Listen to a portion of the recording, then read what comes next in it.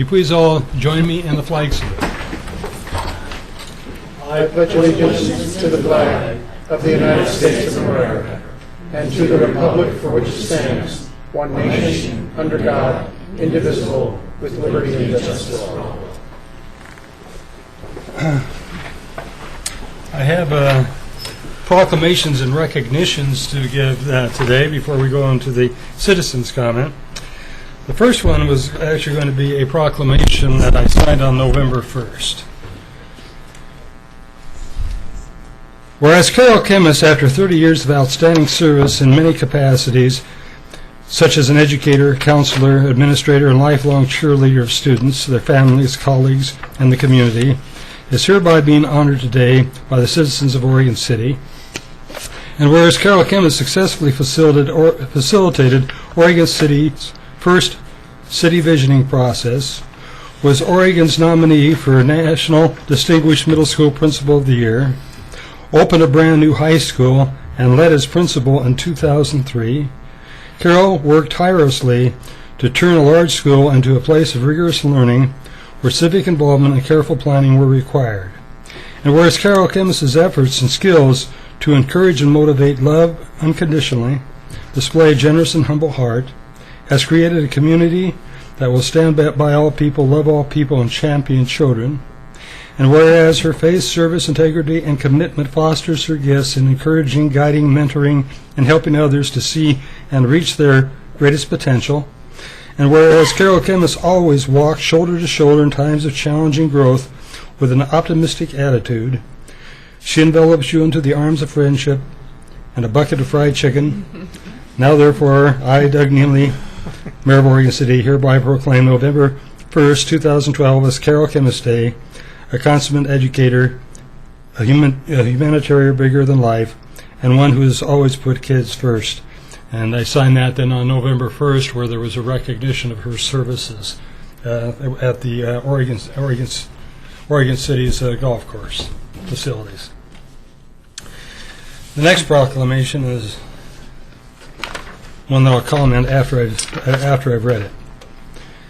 In observance of Veterans Day, which is observed on November 12, 2012, today, not today, but next week, honoring Oregon City employees and citizens who are veterans or are currently serving in the military, reserves, or National Guard. Whereas the freedoms we enjoy as Americans have been purchased and maintained at a high price throughout our history, and whereas honorable service performed in the defense of our nation is the highest form of citizenship, and whereas 27 Oregon City employees with approximately 20% of the city's workforce are veterans or are current members of the armed forces, and whereas the City of Oregon City is an employer supporter of the Guard and Reserve, and whereas at the state level, almost 21,000 Oregons have served in Iraq and Afghanistan since operations in those countries began, and whereas in conjunction with Veterans Day observed on November 12, 2012, the City of Oregon City is proud to recognize the men and women who have served to protect our freedom, and whereas our hearts and thoughts go out to many killed in action or disabled while serving their country, now therefore I, Doug Neely, Mayor of Oregon City, do call upon all employees and citizens to observe Veterans Day with the appropriate ceremonies in honor of those who have served to preserve the principles of justice and democracy.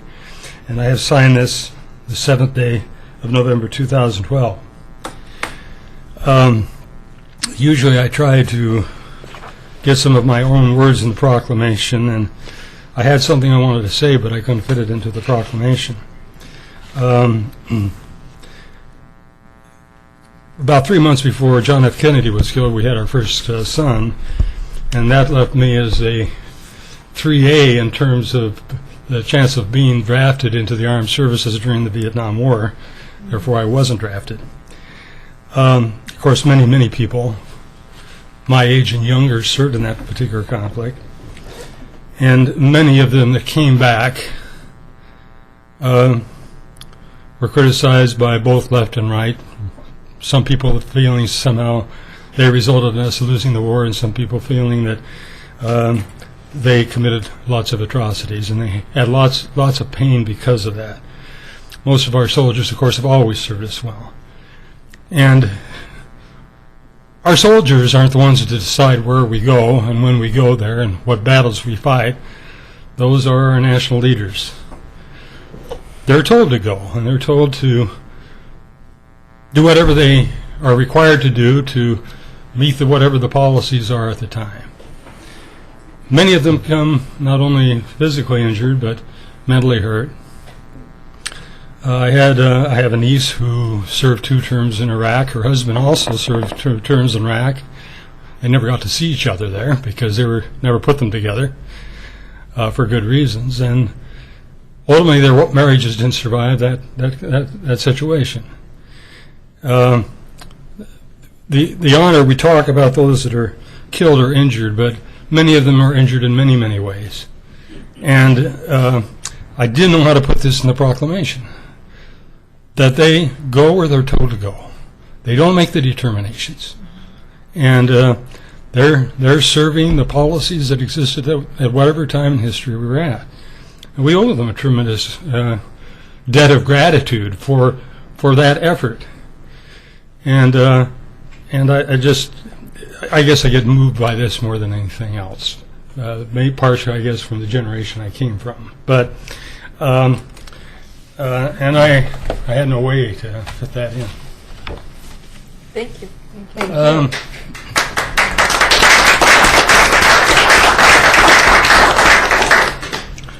On a different note,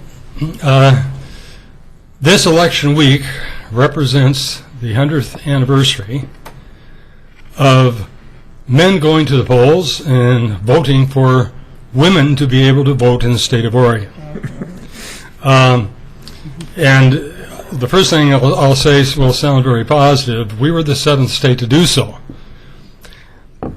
However, almost all the suffrage elections that occurred that gave the women the right to vote, they were almost all in the West, not in the East.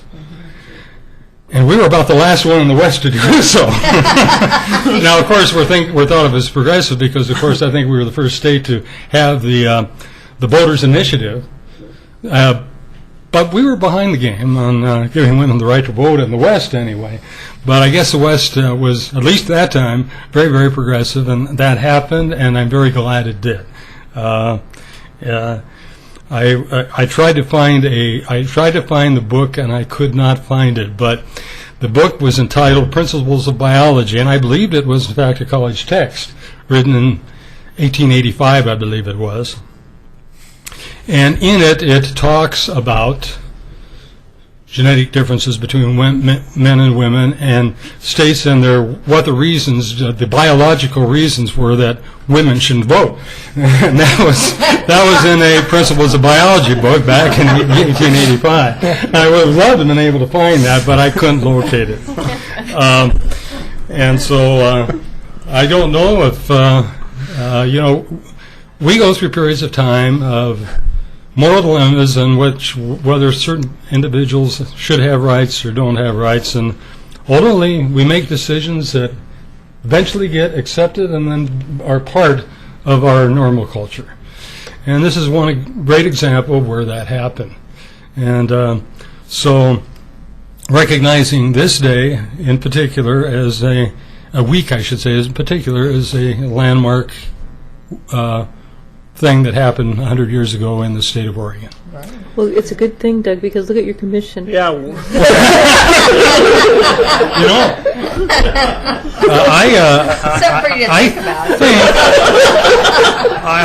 Somebody might correct me. I think this might be the first time we've had a majority woman commission. When I first came to Oregon City, there were 2 women on the commission, Carol Powell and Suzanne Van Orman. Yes. But there were only 2. I don't know if any time before that we've had more than 2. So I think this is the first majority women commission that we've had in Oregon City. So you are our first. Yes. Woo, we're the first. Yes. 160 years. That's right. So, and I'd like to kind of give the floor to David Frazier for something that's really great. Thank you, Mayor. If it's any consolation, Rotary Club didn't admit women to the club until about 1980. So we're way ahead of Rotary. I was truly optimist, too. And so. Yeah. So, for a night of celebrating our women, I have one special woman that we want to recognize this evening, who's one of our employees. And it's kind of unusual for us to do this, but not unusual for me to write commendations for employees, but it's somewhat unusual for us to read them aloud at a council meeting. But we're going to do that because this is kind of an exceptional situation. So the letter says, and I'll let you figure out who it is as we get toward the end. Maybe you'll connect the dots. I'm writing today to officially commend you for your outstanding performance in coordinating and managing the successful execution of the Oregon City Jug Handle project. Without fail and with remarkable clarity, consistency, and transparency, you and the Jug Handle team provided thorough and timely responses to every single question or complaint related to the project for 18 consecutive months. While this was the largest project of its kind in Oregon City history, it was also a very complex project. In addition to the traffic control systems and intricate lane configurations, which by themselves pose significant challenges, you also helped collaborate and coordinate the activities of more than a dozen divisions and state and federal and local government agencies. A project of this nature could have easily overwhelmed a modest city staff with similar resources to Oregon City. However, your remarkable dedication, foresight, planning, and communication skills turned a daunting challenge into an incredible success story for Oregon City, essentially demonstrating the best practices standard for Oregon, and indeed one for other cities to follow across the state. It is only rarely that a single person makes such an amazing personal and professional game-changing contribution to a public project that provides innumerable economic and transportation benefits to an entire region, serving more than 500,000 travelers annually. I commend you on behalf of the City of Oregon City, the Mayor, the City Commissioners, residents, and visitors to our community. Congratulations and well done, Alita. Yes. Speech!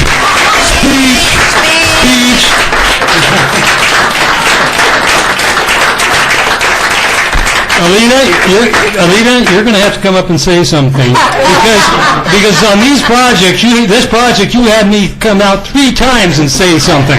So it's your turn.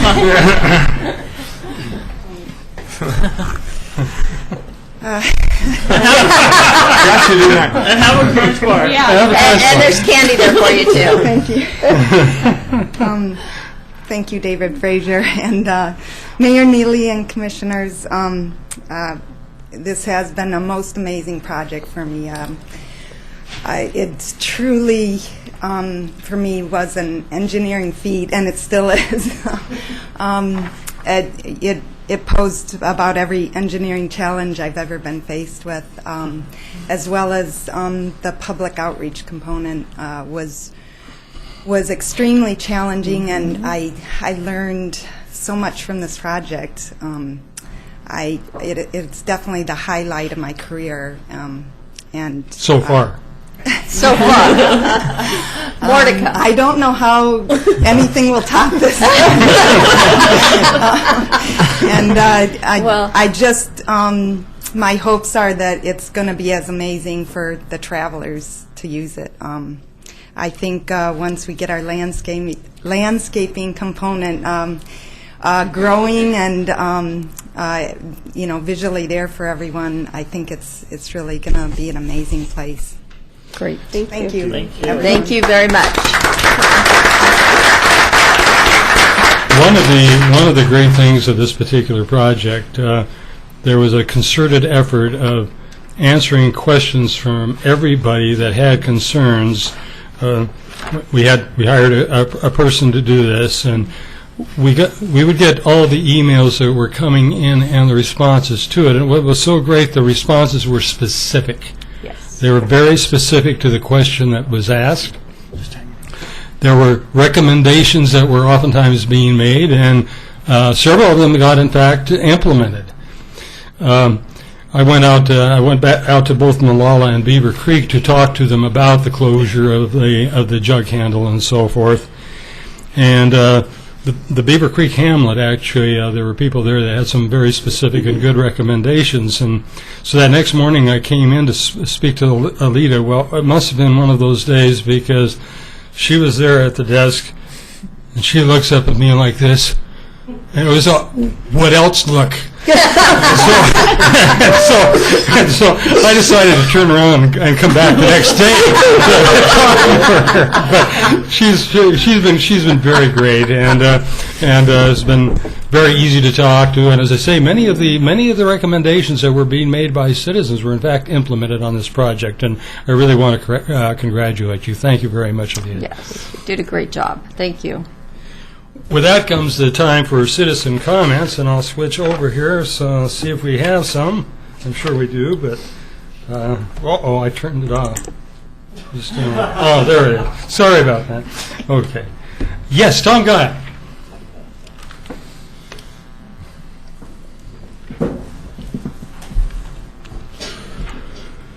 Good evening. Before I start, I wasn't going to say anything, but Rocky put the chocolate here, and I had to come up. Yeah. Actually, I also wanted to say quickly about women's rights. I just recently wrote an article for the Oregon Lions monthly magazine, and it was 25 years ago that the Oregon Lions, the Lloyd Lions, allowed women into their club, and the National Lions disbanded the Lions of Oregon because they should not allow women. So the Lloyd's Lions sued the National Lions Organization, and ever since then, women have been a part of Lions. So it's interesting that all this has been going concurrently. It is. Mm-hmm. So, anyway, I did some notes here. I wanted to first off, I'm Tom Guile of Oregon City, obviously. I wanted to congratulate our newly affirmed commissioners, and great job. We might all be tired of elections, but they're not over yet. Next month, on Monday, December 3rd, we're having the elections for the officers for the Citizens Involvement Council, the CIC, in these very chambers. And we'll elect a new administration team, so from all the neighborhood associations and the downtown representatives. For those who are watching this evening, I'm not quite sure what this is about. We're the Citizens Involvement Council, which is the council gathering of all the neighborhood association representatives, the chamber, and a downtown representative. So after 4 years on the CIC, 1 year as vice chair, and 3 years as the CIC chair, it's time to move on. So we want to invite the commissioners, mayor, anybody who would like to, and especially the public who wants to come down and learn more about what we do at the CIC. That meeting in December, you're all welcome to come down to that. That's the first Monday, is it not? First Monday. Monday. Right. And that's the same time, 7. Yeah, 7. And I wanted to kind of say that over my 3 years, we've had many presentations to us regarding land use issues, such as the Cove, and city studies, and plans such as the water rate rollback. We've partnered with the Chamber for 2 successful candidates forums, and we've partnered with the city for earthquake and slide presentations. We're making plans, we talked about it this last Monday, for the next administration to work towards city-wide presentations on urban renewal 101 and other relevant issues where the public needs to be better informed, and working through our neighborhood associations to do that. The one thing I really did want to bring up, and it's really topical right now, at this last Monday night CIC, we heard from a gentleman from, I think it's called HumaniNet, or HumanEyeNet, regarding mapping your neighborhood. And we've all recently watched what's been going on with Sandy on the East Coast, and the events of that hurricane teaches us that government can't always do everything for you. You really need to sometimes get together as a neighborhood to work together. It's really interesting because just before I left, this morning there was a 4.2 earthquake off Southern Oregon, and at 6:02 tonight there was a 6.3 earthquake up in Vancouver, all along that fault. So really topical I times. had heard about the Southern Oregon Yeah, and one, then at just 6:02 tonight briefly, as I was and leaving. I said, did anybody else hear about that? They all thought I was crazy. So thank you, Tom. Sure. So as Mr. Swanson pointed out, the subduction zone off the Oregon coast is overdue for a size 9 or higher earthquake that occurs every 3 to 330 years, and we're kind of overdue right now at that point. So Mr. Swanson came to the CIC, mind if I finish, to offer opportunities to neighborhoods and other small civic groups to show them how to map their neighborhoods. So mapping involves neighbors learning who might have special needs in their neighborhoods, how to connect with one another. I guess they learned that cell phones weren't everything. They cracked up to be at last because towers came down and you couldn't really communicate with one another. So they thought people in the neighborhood should know what relatives you can get in touch with if that person can't. Emergency services of looking in on one another because the government may be busy. And as he pointed out, some people may have husbands or wives working downtown Portland, and bridges may be closed after an earthquake, and they can't get back to their homes. Right. So we've learned that there's a lot we should be doing right now because Hurricane Sandy, they had notification from the weather bureaus. Right. Here, we're not going to have any notification. It's just going to happen. So what he provided to us, first off with these bracelets, I grabbed the U of O colors because course. it says plan, prepare, and train. Oh, nice. And kind of reminded me of Win the Day for Chip Kelly, but beyond that, it's really, but it really is. You've got to plan and you've got to prepare. So he handed out these booklets, and he's going to be able to make them available to the city, and I believe Katie took some with her. It talks about all the different things you can do, and then even has a sign on the backs if people wanted to put it on their windows to let people know they're okay or that they need help. Yeah. I mean, these are things that people need to know for as emergency services come through your neighborhood. So this gentleman, Greg Swanson, I think at another time come to the city and tell you about it. But I really stress to all those neighbors that are watching tonight that they contact their neighborhood associations and ask them to have some kind of a meeting in their neighborhood where they can hear more about emergencies that you never know when it's going to happen. You're right. Well, maybe we could actually schedule that for a discussion at a study session where we can actually talk about what our responses are, what we do have in the way of those kinds of services. And I know we had done something. He's looking for smaller groups, too, where he can really go one-on-one. But, yeah, something needs to be done because you never know. You never do. So thank you for your time. All And, right. again, congratulations. Thank you, Tom. Thank you, Tom. Thanks for hanging in there with Okay. CIC. You've done your job. You can take the bowl. Oh, he's got to leave the bowl. He just takes the candy. Anyway, yeah. Well, we should offer our congratulations to Rocky Smith and to Carol Pauley too. Absolutely. And I think the great thing is that we do have competitive races. I want to thank Mike Bergen for participating in that effort, as well as Tim Powell. It gives us the opportunity to focus on issues and to probably think more about them as we go into our goal-setting session of those issues that have come up before us in the process. Thank you very much. With that, we'll go into our regular a portion of our agenda here, and we're going to go ahead and ask if anything needs to be pulled from the consent agenda. Hearing none, we'll go into our general business discussion. 7A, the first reading of an ordinance 12-1009, amending Title 10, Vehicles and Traffic, Chapter 08, Parking, Standing and Stopping, Section 80, Storage of Vehicles on Street, to clarify language of section. And I believe we'll have our Sergeant at Arms and also our Police Chief and Public Safety Director, Mike Conrad, to speak to this. I just want you to know we do have a Sergeant at Arms, sir. I think Nancy Bush, our code enforcement manager, is going to give the presentation of this. Good evening, Mayor, Commissioners. Let's see, this was originally intended to remove the and replace with the or was before you in 2008. Or excuse me, the ordinance was, let me go back to where my notes are. This was originally brought to you in 2008, and we created subsection B as a way to address the citizens' concerns of addressing the inoperable and or dilapidated vehicles on the street. Section B was not originally in our code, and when we wrote it, I didn't notice the and it's been a problem, and what we would like to do is change that to an or, so it would meet the original intent.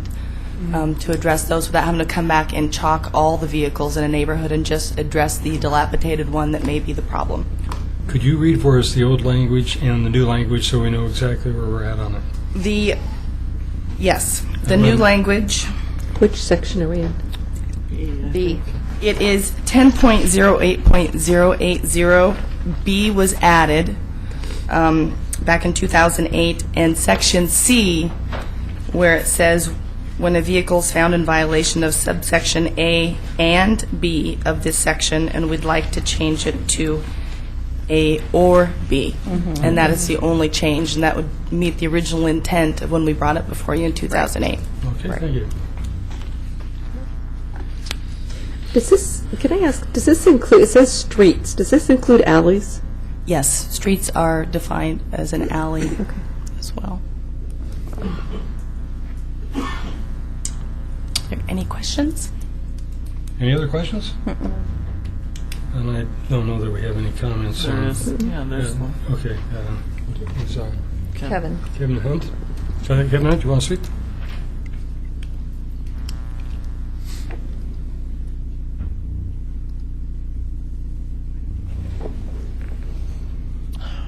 My name is Kevin Hunt. I live in Oregon City.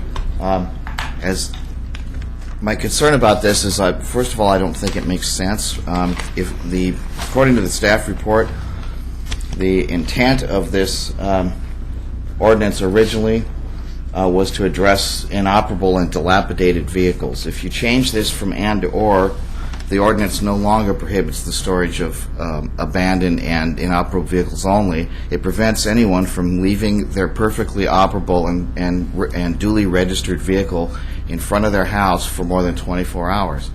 Is that really what the city wants to do? Do you want the police to be able to, or code enforcement, or nasty neighbors involved in a feud to be able to cause someone to get a ticket because they went out of town for the weekend and they left their station wagon parked in front of their house? It made sense when it said "and" because it addresses the problem of dilapidated, inoperable, and or unregistered vehicles being stored in front of a house and just sitting there and sitting there and sitting there.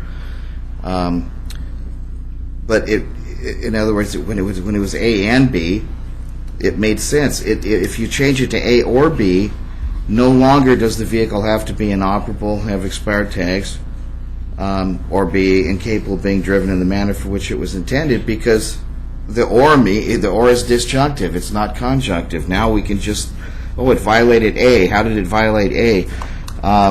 It was parked on the street and not moved at least a block for 24 hours. I think this is just outrageous overreaching. I'm sorry, but this to me is going way too far for local government.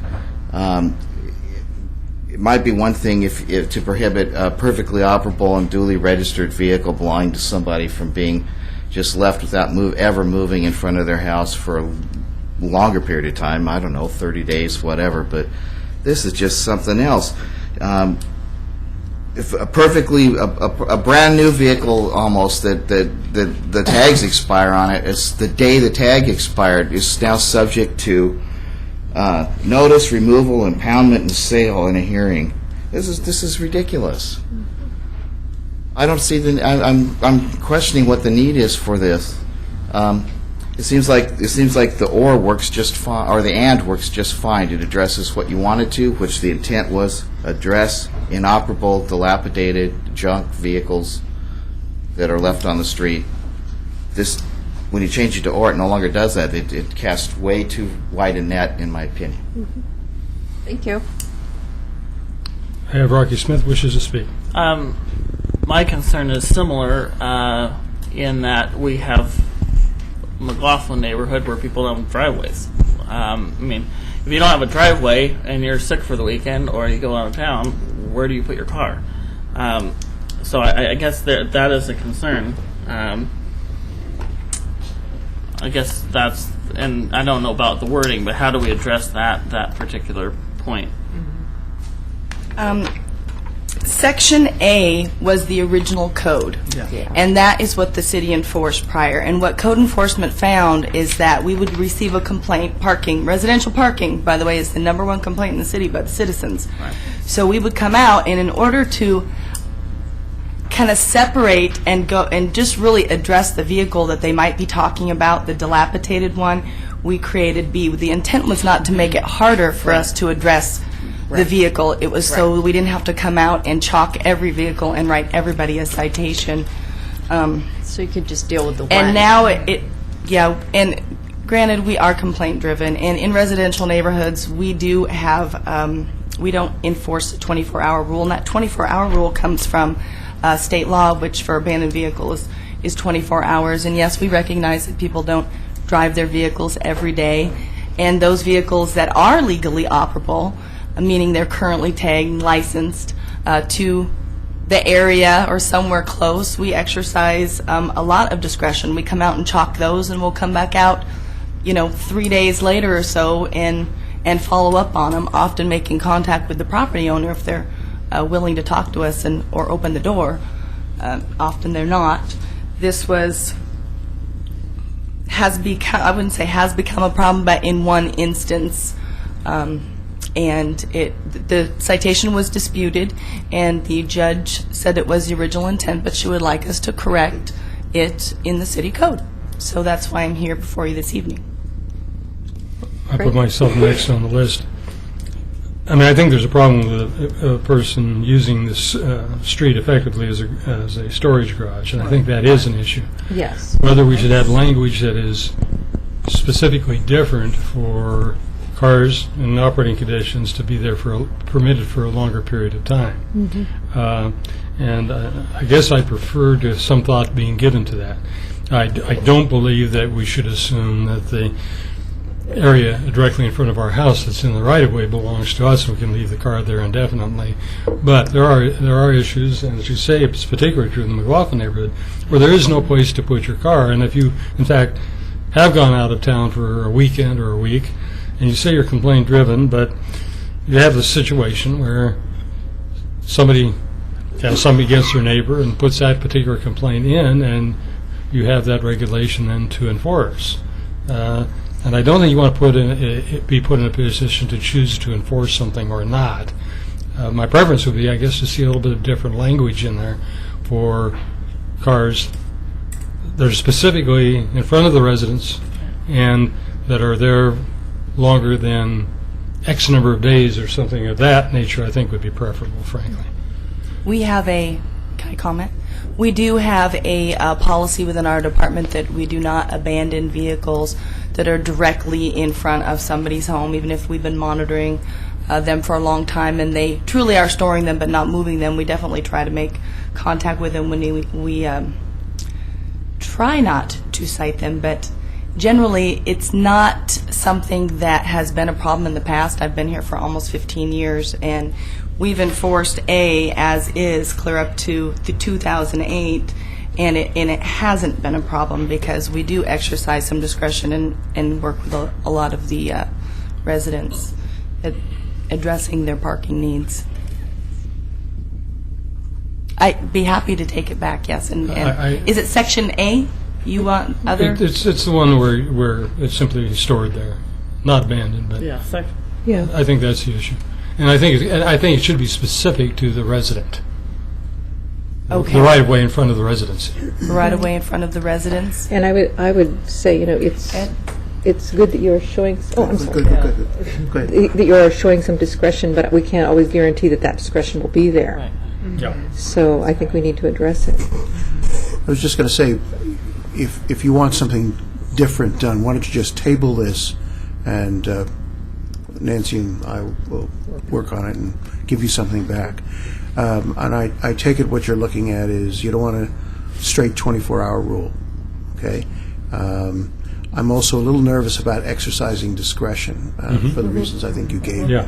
me. So let's see if we can find from the experience of other cities a different way of dealing with this. Great, thank you. Thank you. Does the commission have an idea of what that time period might be? That Right. might make it easier for Nancy and Ed to craft something. I would say 72. several days. I don't know. I mean, A week? I don't know. Well, let's hear what your experience has told you. My experience has told me that most people not everyone, but a lot of people don't always consider what their needs are before they buy, rent, or lease. They may have 5 cars and no garage, and they bought their home knowing that. They may have several teenage children who also have several teenage friends who, if you're the parent that encourages all the kids to hang out, you have a lot of cars at your house. I have a lot of cars at my house. Just for that exact reason. So that can sometimes be a problem. Kids that are away at college and their cars are left on the street because they don't have it. The intent of the public right-of-way was not to store vehicles. This code is not different really from most cities. I'm sure there is a city out there here or there. And is it mainly the McLaughlin area that we're concerned about, or? I think that's probably To me, it is. Right. I mean, I don't know if you want to That's what we know. specify that, but I think if someone doesn't have a driveway, But I think you might find it in older houses that have been built around in the subdivisions have come in around older houses, but the older houses did not have a Absolutely. right-of-way. So I think you'd have it throughout the city. And then is there maybe some cities have a limits of how many vehicles they can have on the public right-of-way, so I don't. Well, I I don't would know if say, that's something you would consider. in front of the residence. If you're talking about people having 5 cars and they park their cars in front of other residents, then I think there'd be a reason for those residents to be concerned about that, and there should be some mechanism, even if the person's away to college, that somehow the parents are moving that car occasionally. Because if I got a car, even if it was my neighbor's, that was parked in my house for 3 months, I probably wouldn't like it that much. So I would confine it in terms of in front of the residency. There may be some difficulty in enforcing that. So Yes. let's take a look at what other cities are doing. Well, I mean, there's a question of enforcement right now. I mean, they're using discretion in any case. Whether the law is challengeable is a different question, I guess. I don't think the law's challenging. Well, then I mean, there's still likely to be discretion involved, but it's a little bit more specific in terms of what our concerns are. All right. So what you Also, might... doing nothing is also an option. I didn't mean to interrupt, Right. Ed. I mean, it hasn't been a problem to date. It was a suggestion by the judge. It was, a parking citation that was disputed, and that's really, we've been enforcing it as our intent, and it was brought to our attention over a parking dispute, and the judge said that the intent was clear, however, we needed to clean up the and to an or instead of making it more difficult for us to address the inoperable, dilapidated vehicle. We now have to go back out there and instead of being able to address it immediately and say that this just can't be stored out here. Is there any reason to go ahead with the? I think we can go ahead with the recommendation to fix the ordinance. appropriate to motion to table the ordinance and... Do I hear a motion to table? Sure, let's do that on here. Oh, yes. We can. Wow, look at you. The motion's been made by Kathy Ross, seconded by Betty Mum. And could someone state the motion for the record? Oh, Move to, I'm suggesting that we table ordinance 12-1009, first reading for rewriting, whatever. you're not suggesting, you're demanding. I'm I'm just motioning.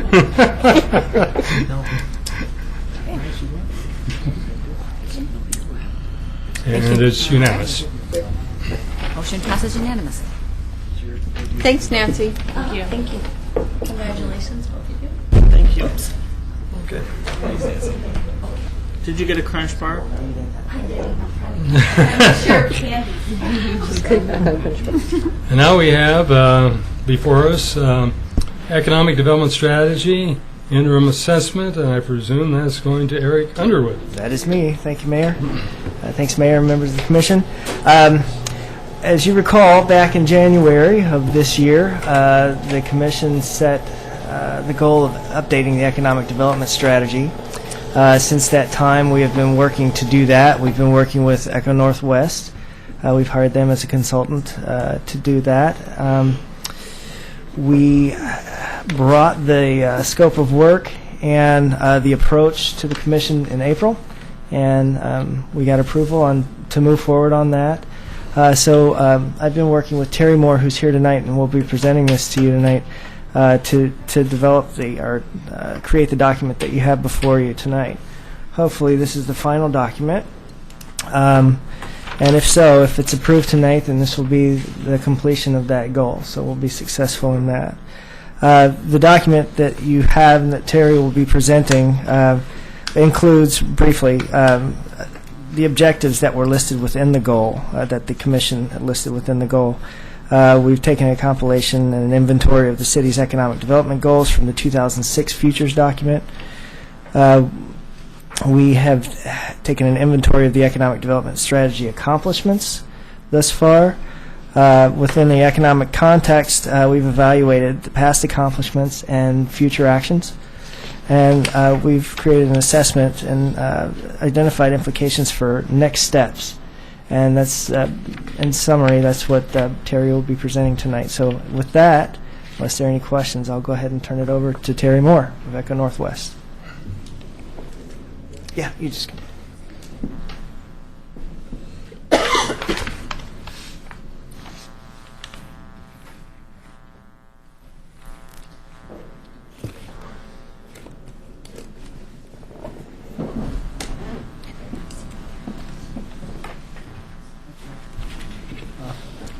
Good evening, Commissioners.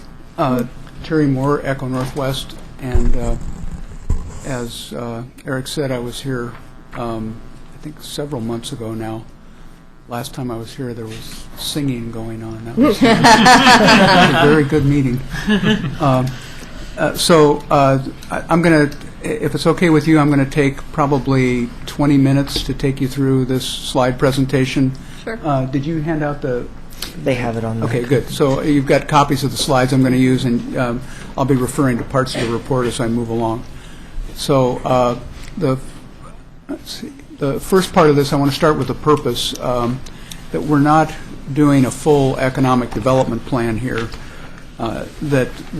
What Eric approached us about and what we signed up for was the idea that it might not be necessary to do a completely revised strategy at this point, and the city had a pretty clear idea about where it was going. There hadn't been a whole lot of change since the last plan was done. There wasn't a lot of pressure from the public or from other agencies for a revised plan. And was there a way then that you could just make sure that everything was moving along more or less okay? And so that's what we started from, that assumption. Can we do that? And I think our conclusion is that yes, the document that you have is probably fine. And as you'll see when I get to the end, I've got a couple of suggestions about things that you might do later on if you were going to clean it up, but it doesn't, to jump ahead of the punchline, it doesn't look like there's a need for a wholesale revision of your economic development strategy. So with that, then Eric's covered what we were trying to do, which is to say, the way we looked at this was to say, well, what did your prior plans intend? What did you accomplish from those? Why did you accomplish that or not accomplish that? What were the internal, external factors that might help explain that? And do you have any immediate need for adjustments? So the way we did that, we started by looking at the goals from the 2004 and 2006 documents. Then we worked with Eric to determine what had been done, the accomplishments, and then we tried to look at the reasons that happened, and finally made some assessment about next steps. And those 1, 2, 3, 4 will be the headings that I'm going through today. So let me start with number 1, which is what were the economic development goals. And I'll do this quickly because I'm mainly reminding you of what you already have, but I think that context is pretty useful. This is on pages 3 to 4 of the main report. And we start with the 2004 document. And I think two things to say about that. First of all, the first point is that it focused on a regional center. And I'm going to come back to that point several times because it's an economic development plan that is focusing on a sub-area of the city and a certain type of physical development. And that's not wrong, it's just not, but it's also not common. The conclusion I came to that shows up later in the report is that's an okay way to do it. Just be aware that that's what you're doing and that you do have other areas of the city and perhaps other objectives that drive off of physical development that are not strictly about physical development. The second point on the 2004 plan is that if you read the goal statements there are, I think, about 8 of them. All of those could be goal statements in any city plan that has an urban renewal district. They're all pretty general. So, but that was known at the time, and that report was referred to as a Phase 1 report, and the 2006 report then was supposed to put more detail onto the broad outline that the 2004 report put together. So we spent most of our time on the 2006 report then, which got more specific, came up with 9 categories of actions, so it's moving from the broad goals now to more specific actions. And those actions are in the 9 categories here, and they have to do with getting the right vision. Physical development is primarily about infrastructure. Financial framework is primarily about funding. Regulatory is primarily about having the right level of development policy and procedures. Leadership is primarily about communicating with the private sector. The marketing was primarily about outreach to other businesses. Surrounding areas, I think it was probably in there to acknowledge that although you were focusing on the regional center, there was more to the regional center in Oregon City than just the regional center, so it tried to reach out to the other areas. The community development was mainly about getting an economic development coordinator, economic development department, and partnership was mainly about working with other agencies. So that's what the 2006 document was mainly about. And jumping ahead to the assessment, those are not atypical. I mean, it's pretty comprehensive. It covers most stuff. It might have slightly different names for it, but if you went through other economic development plans, you'd find something similar to that. So now I'm on to part 2. That's what you said. The plan said, now what got accomplished, and that's on pages 5 through 8. And I'm not hitting every one of these, but the highlights of some of them. First of all, it said about vision that it wanted to keep the vision updated, and so I think you can say that you're doing that. This part of the project is about that now. We're taking a look at it and seeing if that makes sense. On physical framework, most of what got done was probably on transportation. So a fair amount of transportation infrastructure went in around the regional center. And there were other projects that went in, but it was a lot about trying to make physical development happen, but not so much about actually seeing the physical development happen. On the financial framework, there were several things that happened. There's ongoing stuff about funding now, but one of the things that happened was increasing the urban renewal district financial capacity. Under leadership, several things, including a new urban renewal commission, core values and work plan, and an economic development, economic improvement district that got set up. Marketing, some inventory work, small business toolkit that's still, parts of which are done, parts of which I think are still under development. Under community development, a full-time economic development manager, doing some work on identifying long-term development projects, and under partnerships, a lot of organizations that you are talking with. That's what did get done. There's other ongoing stuff that's happening right now. And I won't read through all these, but if you just scan them, as I have and thought about them, a lot of these things you will see are things that are about doing things to get ready for development, as opposed to working on projects to get that are getting development into the ground. And so that's a theme I'm going to return to. So that takes us then to part 3. So if that's what did happen, what was the situation that the city was faced with in trying to make that happen? And I think it was at the regional level, it was largely negative. And so 2008 was the burst of the housing bubble, and the recession had started a little bit before that. Right now in the regional economy, we've got fewer jobs than we had in 2006.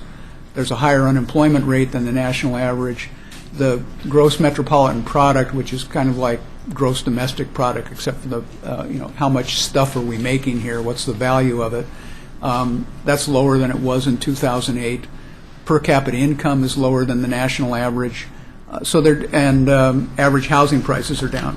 So that's not meant to be completely a doom and gloom story. All those things are down relative to 2006, but they're up relative, in most cases, up relative to 2008. So we're going through a trough, coming back out, but still haven't come up to the 2006 level. That's not the kind of situation in which you would expect a small city at the edge of a metropolitan area to get a whole lot of economic development coming out of the ground. So I think, and a little bit more information on that that's in the report. I think the part here that's maybe interesting is as you look at 2001, and this goes, time is at the bottom, and the percent relative to the U.S. metro average is there, and this is the Portland metropolitan region compared to all metropolitan regions in the United States. So in that case, back in 2001, Portland had slightly higher per capita income than all metropolitan areas on average, and slightly higher employment per capita.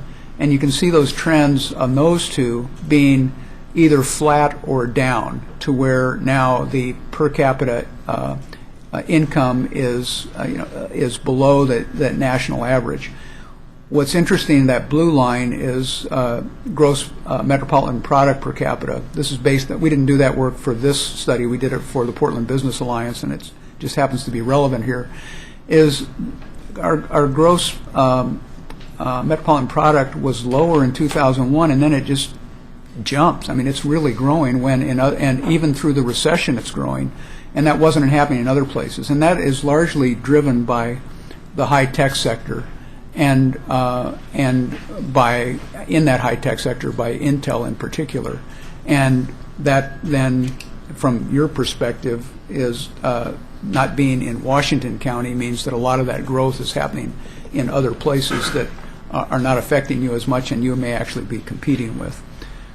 This is work that Clackamas County Economic Development Department has done, and we did for them, and it's that last column called location quotient.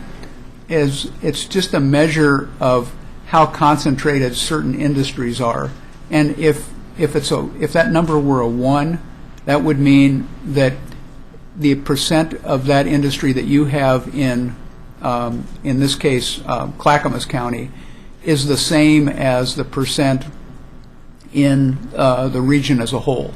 So if the region as a whole has 6% in high tech and you have 6% in high tech, you get a 1. If you've got 3% in high tech, you got 0.5. If you've got 12% in high tech, you're at a 2. So you can see then what it is that Clackamas County is specializing in or is concentrated in, and it's mainly things that that I would call mainly manufacturing, industrial, and not so much in services. Of all those, you've got only 2 service industries. And if you did this for downtown Portland, you would see very different things, for example. So this is just to give a little bit of context to this. So the rest of the context for the evaluation is, what is it that other cities, and not just in this region, but in general, focus on when they try to talk about regional economic development strategies? Well, right now the focus is on traded sector, which means trying to focus on industries that are trading outside, selling their products outside of the region so that money is coming into the region. And that then, not surprisingly, includes international trade. Trying to get, there's a lot of talk about industry clusters, trying to figure out what it is that you're good at and bringing those clusters in, although that's kind of a mixed bag, because you're still stuck with the question of if we're concentrated in that area, does that mean that we have a lot, that we should keep doing that because we're good at it, or does that mean that we should do something else so that we can diversify? And the numbers don't tell you the right answer to that, and there's a debate about that. A more systematic approach to supporting new ventures, so there's always some effort to either bring new people in or help existing businesses expand. Ties to higher education and ties to workforce education are typical themes here. And that, I'm just saying that as context. It doesn't have any direct implications for you. So now maybe the most interesting part 4, the assessment. Now I'm on pages 4 and 18 of the report that you have, and we did the assessment in 3 parts. Part 1 was, well, what about the 2006 report structure? And now I'm talking about just the structure of the report, not so much its content, but how well does it work?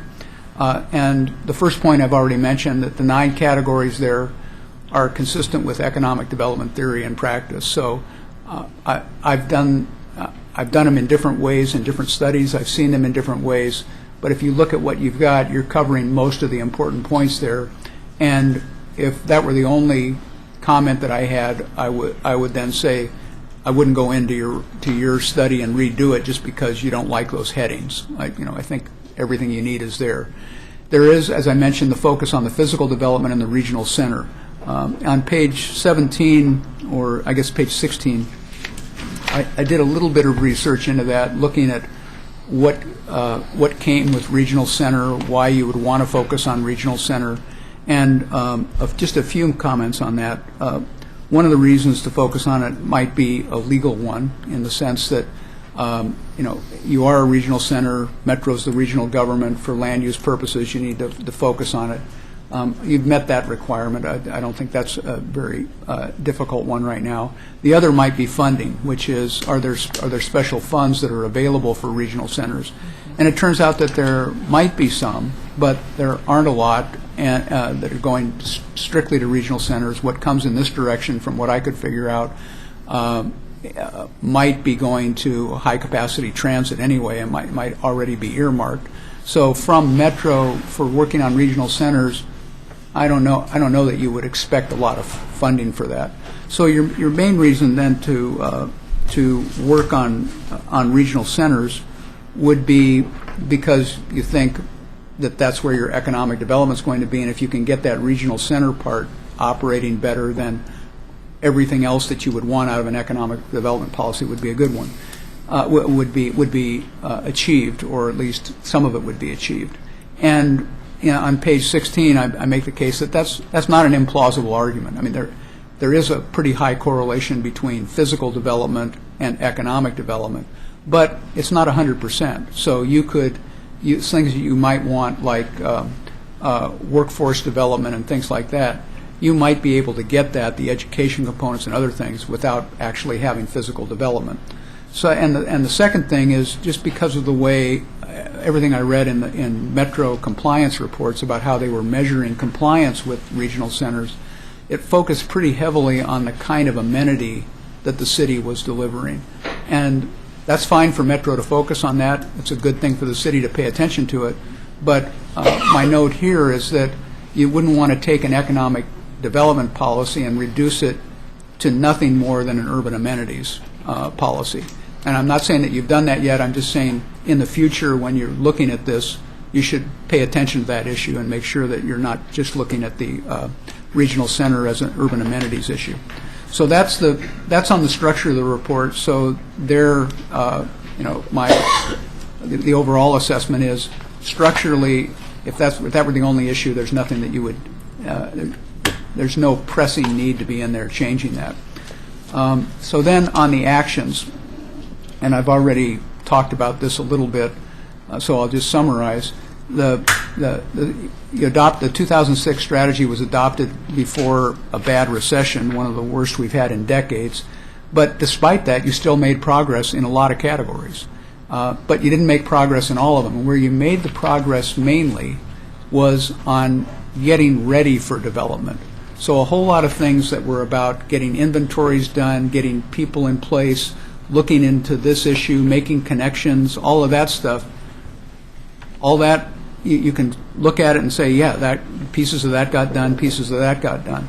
But those are all things that are getting ready for development, and there's little physical development, with the exception of the transportation improvements, little physical development or business growth. But that's not, again, given the context, that's not surprising. And when I put that together, my assessment is that you're actually in pretty good shape, and you've done all the calisthenics, and now you're ready for the game to happen. And, all you need is a team to show up. And so, I think you're in pretty good shape to deal with growth as it comes in. So then, what does that? And then the final part of that, and then what does that mean about next steps? Lots of words here, but the preface to this in the report was that what we typically recommend in economic development is stick to the fundamentals. And by that we mean that the main thing that businesses want out of local government is for local governments to do a few of the things that everybody more or less agrees that local government's supposed to do. And those things are develop the infrastructure, get us through a land use entitlement process, zoning, and get us through a permitting process in a way that doesn't kill us. And if you did, and if you look at my list here, those first 3 or 4 things are about that. Get a clear vision of what you want, what you're going to permit, what you're going to support. Every time we talk to developers, it's always about we can deal with different things. As what we don't want is the whiplash. Just tell us what it is. And then a more subtle point that I think is pretty important is, if you have an economic development policy, and if that policy is that you want economic development and you want to treat development in certain ways, it's not just the economic development department that's doing that. It's not just Eric he's making the connection. But usually what happens is, as those inquiries come in, it's about, obviously the land use gets involved, and then public works gets involved on the infrastructure part. And if it's broader than that, what's the education system, what's the workforce training? Now you've got Clackamas County involved. And so getting those places, getting the people under your control to understand that you want customer service to economic development in other departments and that they have to support that, turns out to be a pretty big deal. In the cities that have done that, as inquiries come in, you can see businesses responding to that. So I'm not saying you have to do that. I'm saying if you want, that's one thing you could do. Expedited permitting and development process is always on the list for desired development. Getting funding to develop the infrastructure, you've actually, in pretty tough times, made some progress on that. And then, the final one I have down there is to measure success. I think you're through a lot of the process part, and in the future, you want to be focusing not so much on process benchmarks. Do we have this in place? Do we, did we talk to these people or something like that? But rather, are we getting the construction, the jobs that we're looking for? And a lot of that, frankly, you just don't have that much control over. It's the economy that's driving it. But I think as a commission, where you might want to be is saying we're doing what's reasonable. We don't have policies in place that are causing businesses, that it's driving business away. So that's that part of it. The final, also on page 17, there are some other things that we talked about that you could do. One, of course, you've already done. You've got an economic development department. One thing that I'm working with another city in Clackamas County right now. They're not nearly as much fun. They don't sing or anything else, but they are dealing. Their task force right now, after going through an economic development strategy, one thing that they could not solve in the time they had available was what kind of businesses do we want to attract, because we've got difference of opinion in this city, and is it the type of business that we want to attract, or is it the characteristics that they have, and what are those characteristics? And if they have those characteristics, do we want to give them any incentives or don't we? And that turns out to be a pretty important point to get straightened out, because if you can't answer that question, then the way it works is an inquiry comes into your economic development department. Often it can't be disclosed, so it gets a code name. And now if that economic development department does not know what the will of the city is on whether they would offer incentives or not, they're working with one hand tied behind their back, because they're saying, well, I don't know, maybe we'd give you something, maybe we wouldn't, and then as they hear about that, then it is, well, there's going to have to be a public process because there's not a clear vision and that kind of stuff, and that, for many businesses, then that's over because there's other places where they can go and they say, well, it's not so much the amount of the incentive, it's I know what I got over here, I know how I get through the process. So I think that turns out to be one that you could work on. And then you also inventory of sites. That's something that you already have some work on, but that's always the case of what is expected of a local government. Do we have sites to show? Do we have sheets that we can hand out with simple material that explains what the advantages of those sites are, and honestly what the liabilities are? And if you have something like that, then you're in the economic development game better. The final two recommendations that I made at the end of the report,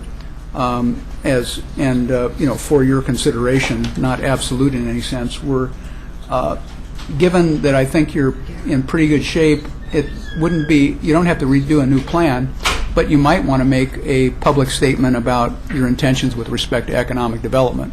So either as part of this process or something else, what is the city saying that it wants to do about economic development? So that, and that leads to then that other recommendation I made. If you make that statement, then the city manager with city staff has a clear direction on how to organize departments, what to do about incentives, things like that.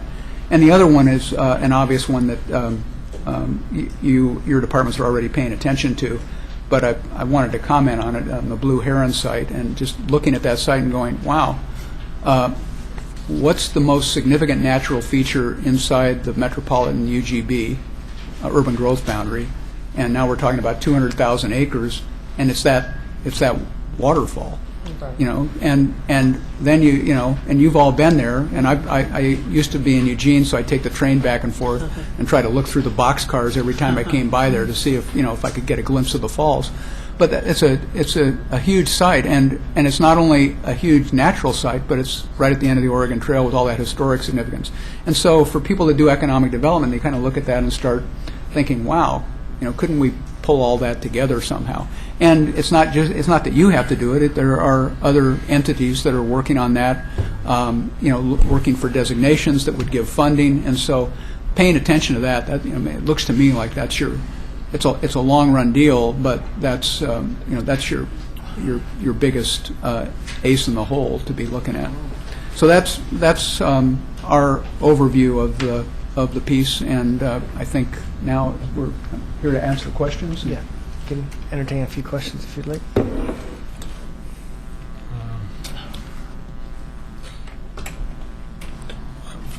Citizens might want to speak to this, but I'm going to give the commission the first crack at it. So we'll come to the citizens afterwards. A couple of things as I'm jotting down here. One thing occurred to me that in terms you were talking about the production per person going up in the metro area, and then you were talking about it being the high tech industry. But I presume that businesses perhaps that have laid off people but are trying to maintain the same level of production might expect more of their labor force too. So that might contribute to it. Yes. When you mentioned the service economy in the city, what specifically were you speaking to? Well, in general, in economic development, when people talk about, at least in the circles that I run, they talk about the goods producing part and the service producing part. You might put that as industrial and manufacturing, because industrial and manufacturing typically are producing goods. And then there's the services part, and then there's the gray area in between. Are software companies producing goods? Well, yeah, they've got that software, but they're also delivering services. So when you work with the data, there are conventions about how you divide up companies, and you can see when we do that work. One of the interesting trends we see is that. In the traded sector, which has in the past people have associated with the notion that is manufacturing. In fact, manufacturing, goods producing, has been going down, and traded services have been going up, so that the traded sector is still in the Portland metropolitan area about 40% of the economy, but a lot more of what we're exporting is knowledge now. So we're talking about traded services, Yeah. which would not include hospitals and those kinds of activities that things like retail and hospitals, no, but some aspects of hospitals, OHSU, for example, might be giving services elsewhere, having people come in from elsewhere that then are a traded service, or consulting firms that are doing work outside of the Portland metropolitan region are trading services. One thing in terms of accomplishments, you were talking about getting ready, but I think some of the accomplishments with our Main Street partners on Main Street, in fact, are tremendous. We've lost businesses, of course, but we've been recruiting businesses about twice at the rate that we've been losing them, and that is an accomplishment. Well, that's a good point, and let me be really clear: is that I'm in the overview of the work that we did. I'm not even close to an expert on Oregon City. So, Okay. I'm talking to a few people, trying to get a sense of it, and I think I got it, maybe I got it 80% right or something like that. So you should feel free to edit that report. There are probably other accomplishments that I've missed. Okay. The other question that I had was expedited permitting processes. Have you had a chance to look at how we perform in that area? No, I haven't. Okay. I'm saying that's a typical generic solution. Okay. So your performance, I haven't. Those are studies in themselves. Any other members of the commission? Yes, go ahead. Yeah, I have two comments on this. One is I noticed part of your presentation talked about higher education, and I know we've been working with Concordia for a couple of years now and waiting for Concordia to come to us with what they want. What I'm taking out of your presentation is maybe we should put together a package on our own and just say, hey, look at us this way, rather than waiting for them to come up with what they want. I'm not sure, Commissioner, this is going to be right on point, but I think it's close. Something that gets said in economic development is that the best economic development policy is to get a college and stand back. Mm-hmm. So, what can happen around institutions of higher education, as you look, they just spin off stuff. People, there's services that need to be next to them and other stuff. So, a lot of places have economic development policies lined up around universities. And I know we're not talking about exactly that, but I don't know. I don't think I could advise you directly because I'm not familiar enough with the Concordia issue on how that would go. Mm-hmm. But I do know that having a college around, or some institution, educational institution, is helpful for economic development. Mm-hmm. My second one is when Doug's comment about expedited processes. There was a presentation given at LOC about how we could, and also Eric, that thing we went to downtown. Right. There's some very, very new processes going on to really speed things up to get people through in 6 months or less. Is that something you're familiar with? Well, I'm familiar with some of them. With the specific one you're talking about, I'm not sure. Yeah, I don't remember the name of it. It was an Oregon something initiative. It's a state, state. Oregon Investment Initiative. Yeah. Thank you. I'll go to David Frazier next. Thank you, Mayor. We'll come back to citizens. Well, I was going to dovetail off. Oh, no. I'll wait. Go ahead. We're going to wait to see where you're at next year. No, go ahead, Carol. I'm sorry. Rude. This is a great report. I think it's a good kind of jumping off point to try to get our goals kind of concise and pull together the ones that maybe we need to work on a little more. I had a question about, it says some parts of the region managed to grow despite the recession. They were already positioned to attract and accommodate growing industrial sectors.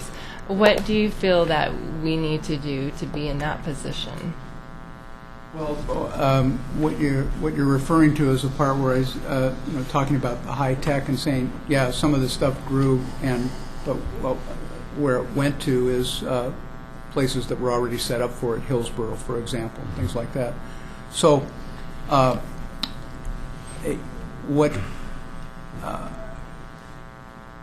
I can't tell, I haven't done work to tell you what you should specialize in. But I will say this, based on other experience. I think a lot of work gets done trying to figure out what to specialize in, and the jargon term is often target industries or whatever. And I find that to be generally not very useful. Mm-hmm. And the reason is because I've never seen a city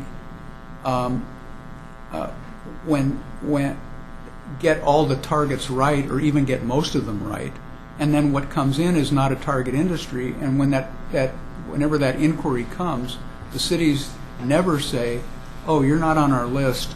We're not talking to you."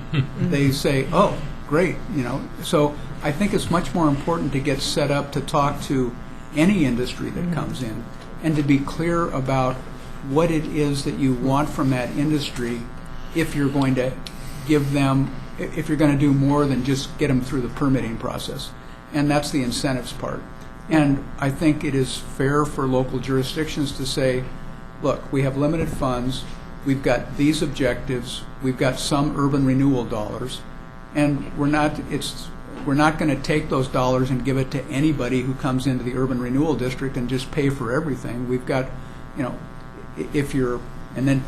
pick whatever you want. If you've got high-wage jobs, if you're already an existing business that's expanding, if you've got high environmental quality, whatever it is that you're interested in, then you incent those things.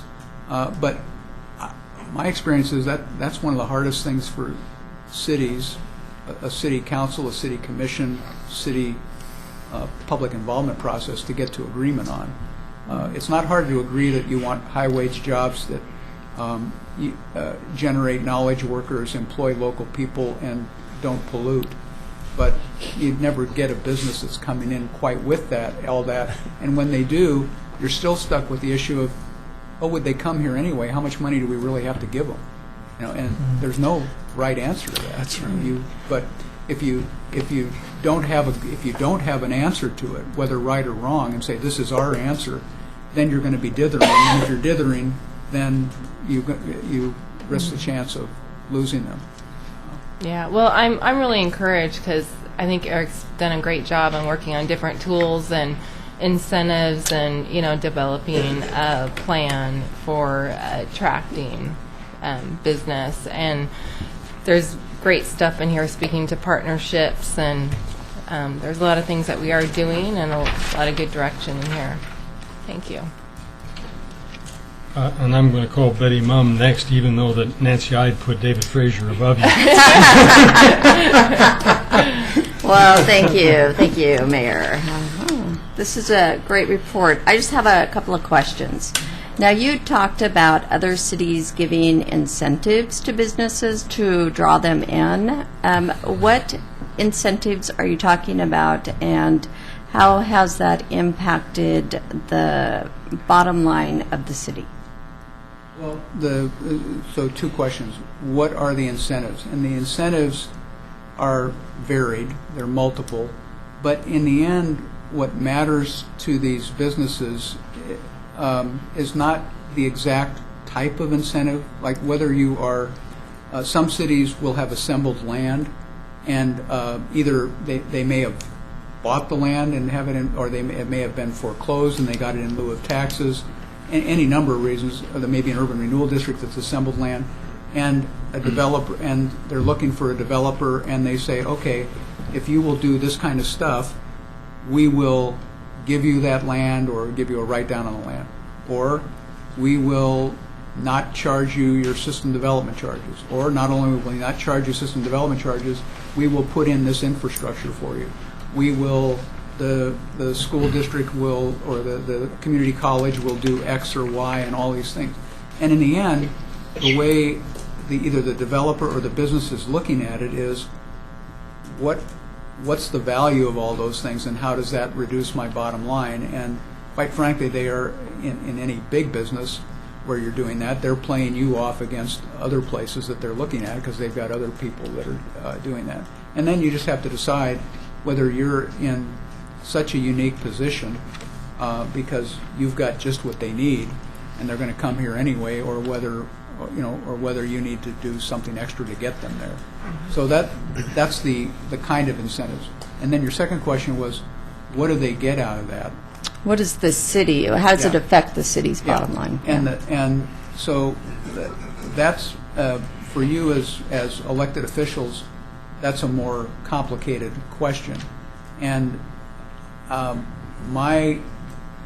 way I think about it, not being an elected official, but occasionally talking to elected officials, is to say, you got to be clear on what you think the public good is. And the public good is probably more than city return on investment. So, in other words, if you have a piece of property and you say, here's the return on investment I want on that, and I'm not getting rid of that property unless I get that return on investment, you may be missing a lot of spillover benefits that would be good for your constituents. So you have to think about those other things and then say, if we can get, these kinds of jobs, or, this kind of employment, or this kind of, if this is a catalytic project that somebody tells us will then generate other things around it that will renew the downtown, we're willing to put this amount of money into it.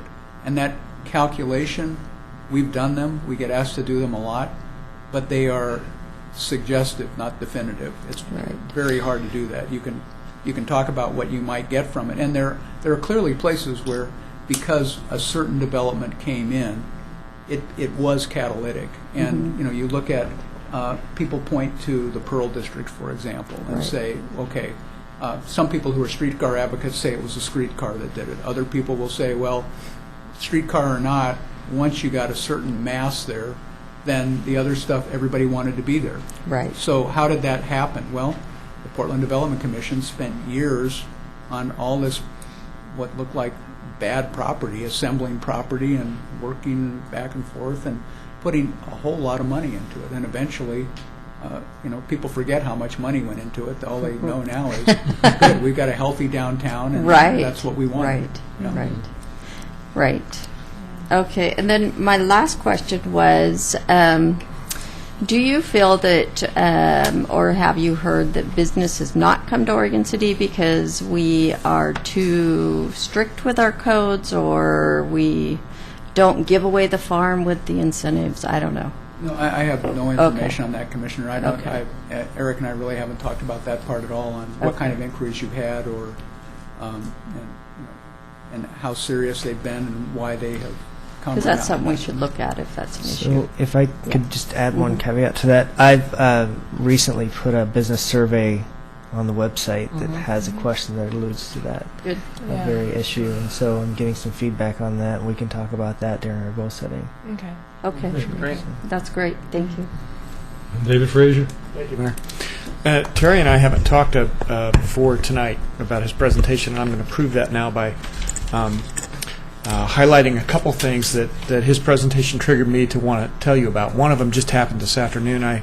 As the Commission knows, I've been having periodic meetings with the county administrator, and so when you brought up Blue Heron, it reminded me it's a good opportunity for me to. I have numbers, actually, but I can't announce them yet because they're still being firmed up by people in Salem and other places.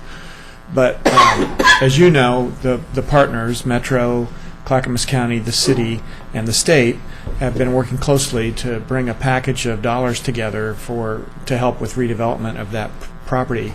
It's looking more and more like there's a consensus developing among the partner staffs, which will then come to the governing bodies of those partners for affirmation, that some sort of master plan with participation from the trustee in a significant financial way is kind of looking like it's going to be one of the next steps that we do sooner rather than later. And part of that is that what Terry's saying tonight about providing some level of certainty to a developer about zoning and entitlements and things that should be in place before to make the most of our opportunities that come. The other thing I wanted to mention is, and so that's a little bit of an update on Blue Heron, but I will have some numbers eventually. But I also want to say kudos to the county, because those meetings I'm having with Mr. Wheeler are paying off for the city, the relationships, the coordination on a whole host of things, not just economic development, is improving. But it does look like the county is going to come forward with their commitment of dollars that we're all familiar with. So that's been a really good development. Yeah. So I think when Terry was talking about it almost reminded me of the ambiguity when I first started practicing law. I took everything that came in the door. Everything was a priority because nothing was a priority because I was trying to pay off my law school loans. Well, that's kind of what we're doing here. A lot of cities do this. They think they have a set of priorities, and then there's a knock on the door. Well, we're not ready for that. We better get ready. The key to Blue Heron is I think we have a pretty good idea in our community what we have there for an opportunity to really be a game changer for our local economy and a regional and even the state economy. And I think we're getting off to the right start on that project. So I think that's important because we know that when we do goal setting, that there are finite numbers of goals, and if everything's on there, it can't be a priority. And so it is about choices and where you target those. So I'm glad we had this presentation and this update. This was on your council goals, by the way, to have this done. Yep. So we can check that box, but like so many of our projects, when we check that box, it just leads to another box that we'll be working on. So to that end, I also want to mention, and this is more proof that I haven't talked to Terry, but Eric and Tony and I are going to be meeting, and we've already planned this to set up a series of meetings on how we can get Eric involved, our other departments more collaborating with planning at the earliest possible opportunity. Absolutely. Because sometimes the regulatory function of planning has to say no, or no thank you, or no, not now, no, not like this. This is what the code requires. But not necessarily no, not this, but how about these things? And so we want the how about these things people to be more in sync with the no, we can't let you do that people. That's right. And then also the last thing I want to mention is he's way out in front on this business toolkit and working with the Chamber of Commerce on pulling that together. So these are affirmations, Terry, in many ways of things that we kind of had already identified, and then you've got some more. So thank you again for the report. Very well done. Yeah, very good. Thank you. Thank you so much. Well, Tom O'Brien and Paul Edgar. Well, to do it one at a time in case we've got some questions here. So if you come forward, Paul.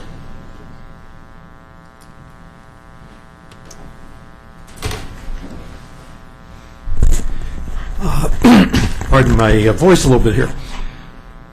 First, I'd like to congratulate Carol and Rocky on their success yesterday. I was very pleased to see Eric take the ball based on your goal setting back in January, and to bring Terry into the picture on this. I think that what has been produced for you tonight is just outstanding. But I did go through it thoroughly, and I wanted to make a few comments, more of an emphasis than anything else. And I would ask that if you have that document in front of you, you follow along with me as I point to a couple of items.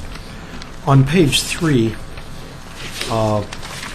enhancing the appeal and the attractiveness of the community.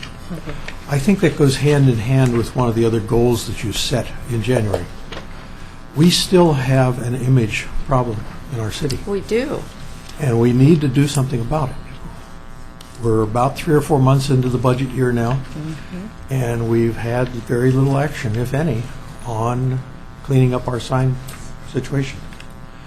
That is a turnoff to people who come to our city for the first time. I was on page 4. I think that the last section, section 8, is one of the keys to this. And this is something that hopefully had been done, but I had a conversation with Eric before the meeting, and it doesn't seem like maybe it has been. It talks about the identification, or excuse me, number 1, the creation of an inventory of businesses in the city. In my business world, we would call that low-hanging fruit. That's something that's very achievable right up front. And yet, I don't think we have that. We have a list of people who have business licenses, but those include all kinds of outside companies, whether they're located in Milwaukee or Canby or Wilsonville or wherever, who do business in our city. They aren't jobs. They aren't employers in our city. And I think we need to put some emphasis into achieving that goal that's about 6 years old. Identifying the barriers, I think that's terrific. We need to do that if we haven't already.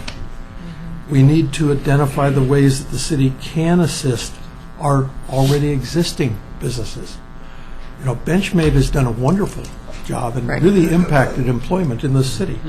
We need more of that kind of an emphasis or focus. Page 6. Another key, in my opinion, and I think that the marketing efforts focus on changing the city's image. I've been beating on this for how long, folks? My time up? He's up. Go ahead. That's up to the commission. I mean, he's bringing up specific points, so. Keep going, keep going. This is great. Under the financial framework at the top of the very page, in the review that I saw, we didn't at least mention SDCs and general obligation bonds. I think those are two very good methods of financing things. At the bottom, we've already talked about Concordia University. I had that as a note. On page 11, the graph in particular, Terry mentioned the GMP and how it has grown 20%, primarily based on Intel.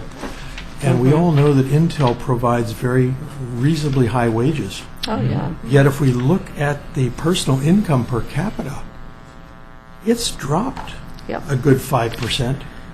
So we've got a 25% differential in the rest of the medium incomes across our region.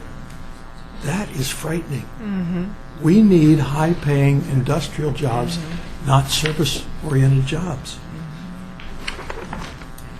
On page 13, the future, there isn't any way at this point that I think we're going to be able to have a 15% increase. We're 6 years into it.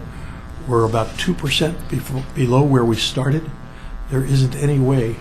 If that's one of our goals and we need to be looking and reviewing, that goal needs to be changed because we're not going to achieve it. On page 17, the very last section about Hillsborough and Wilsonville and Clackamas County, Terry did a good job of explaining that, so I won't prevail on any. And on page 18, shifting the focus back to the city as a whole instead of that part of the city that is within the boundaries of the Metro Regional Center. I had a conversation again with Eric before the meeting. In light of the fact that Clackamas County had an overwhelming support of an issue relative to light rail expansion into the county. Right. If this is our focus on light rail, and we're building our whole scenario of our growth and our future around light rail on something that may never happen, I think we're putting ourselves in some dangerous territory. We're asking the alligators to come after us. I mean, if I might, I mean that's a transportation corridor in any case. No matter, I mean, we could talk about the kind of transportation corridor we have, but it is the major transportation. The 6-year-old plan is right. If Metro is only giving funding for light rail, and we're trying to satisfy Metro's needs and desires, maybe we should not be counting on that as a financial contributor to what we're attempting to accomplish. My only comment is that Metro now looks at other techniques and not only light rail. So I mean, it is pursuing other transportation. We have a wonderful opportunity with the South End Concept Plan, and there's a lot of land out there. There's land that could be developed. There's no transportation. Right. You're absolutely right. that bothers me. Yeah, it bothers me too. I hate to see that line go out. Thank you. Thank you. Thank you, Tom. Can I ask you a favor, Tom? Could you pass your comments there to Eric? Okay, great. Thank you. Paul Edgar, you're next, I take it. Thank you. Paul Edgar, Oregon City. I think that this, from what reading it through, and I just got it the other day and read it on the internet, and I wanted to get a hard copy to really sit down and look at it. And I will come along with the same statement that it's an excellent framework, but it's far from being the copy today. We've gone from this period, from the time that this was started, where we've spent $24 million in the last 5 years and not created any real taxable assets out of the urban renewal funds. And that's not good. And so we've not been hitting the target. We have not been creating any jobs. And we need to do better.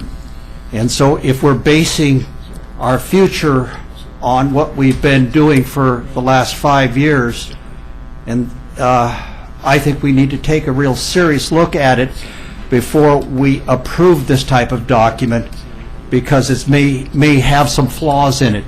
It's like in this little thing on the light rail. We now have an initiative in the state, or in the Clackamas County, where I'm sitting on the Clackamas County Transportation Advisory Council, and we can't even put anything into our plan that talks about light rail because we're prohibited by the initiative. So we get into this whole idea whether light rail or some of the mass transit methods that are implied within the plan, they cannot happen because of the initiative that was passed. And so it's kind of like we've got to really take a serious look at it. I would hope, and I sent an email also to Eric trying to say, hey, let's look at this, go through it page by page. I think what Tom did was excellent, but it just shows that, yeah, the framework is there, but this is a long way from being a type of product that I would like to bet the future on. Thank you. Mm-hmm. I'll just make a general comment. I don't know what inhibits a committee to put things into a plan. If you have to get voter approval for it, fine. But the point is, if you put it into a plan and the plan looks good, it becomes a selling point, I think, should you put a measure to the people. If we're going to come up with projects, for example, in urban renewal, I'm sure we will, that we want to go to get voter approval for, we should not stop thinking about projects. Right. We need to do projects. Right. So that goes for transportation as well.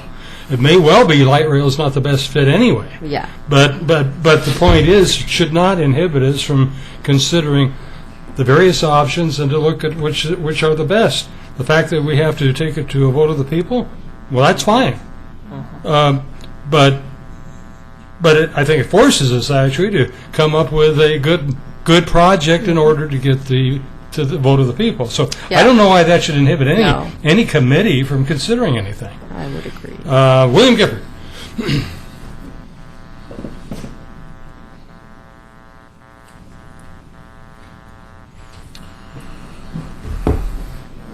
Thank you, Mr. Mayor, City Commissioners. My name is William Gifford. I live in Oregon City. Of course, I want to thank Eric for bringing Mr. Moore to us. I really appreciate the presentation very much. And I want to build on a couple of things. I'm reading a dandy little book that I'd certainly recommend. Its title is Where Good Ideas Come From, and it's subtitled The Natural History of Innovation. Pretty fascinating treatise on innovation. And he has a couple of concepts in here that are pertaining to this. One is the concept of platforms, how things don't just spring out of the ground, that they build one thing on another. And one of the things that I'm thinking about is that we can spend some time and concerns about bringing businesses in, or new construction, or expanding existing businesses or facilities and so on. But I think we have to remember that we can just we can just do this much, and then the next step, and we don't know where those next steps are going to take us. But and that's another concept that Stephen Johnson, the author, talks about, is the concept of adjacent possibilities. Adjacent possibilities. You go into a room and you see some doors. You open that door. You go into another room, and there's other doors. And you don't just leap from room A to room Z. There's steps that you have to go through. One of the other concepts that, building on that platform, is that I wanted to make sure that we, because of all the concepts that were presented tonight, I didn't hear any discussion about one thing that is really unique. Really unique. I don't want to say that. That is unique to Oregon City, and that is the treasure that we have of our history, and the concept of tourism specifically to this city. And there's lots of concepts of tourism. There's historical tourism, and there is recreational tourism. There is retail shopping tourism. Believe it or not, that is a valid form of tourism. But all of these concepts of tourism, I think, and echoing the concept of traded sector businesses, I mean that's classic. That's bringing money into our community. I mean, I have a traded sector business. I ship to 50 countries. I know what it talks about, bringing money into the community, and I think tourism really can't be overlooked as the great potential that it offers us. It's true. William? Thank you. Well, thank you very much. Any other questions, comments? Thank you so much for your presentation. Thank you. It's great. Thank you. Very good. Make sure you take some candy with you. But not the bowl, just the candy. Thank you, Eric. Before proceeding on to Sounds the... like a command. I'm ready. There you go. Before proceeding on to the consent agenda, David Frazier asked me earlier whether I wanted to ask a question about whether we have a meeting in 2 weeks' time. This is the Wednesday eve before Thanksgiving. You can deal with that in my reports if you like. Okay. Well, it would probably be a decision thing, so so I was just thinking we might do it now as opposed to doing it in a report. So we have you have a meeting on your regular calendar. It just happens to be the day before Thanksgiving, and we just happen to have only one item. And we don't want to cancel the meeting without a consensus. Okay. So we wanted to bring that to you, and we will do as you wish with that. Yeah. I think it was brought up, and I'm not criticizing anybody, but I'm not sure our charter is actually specific in terms of when we have our meetings. Yes, it is. It's very specific about when and how far apart they are, and there's no First provision and for third. cancellation. Okay.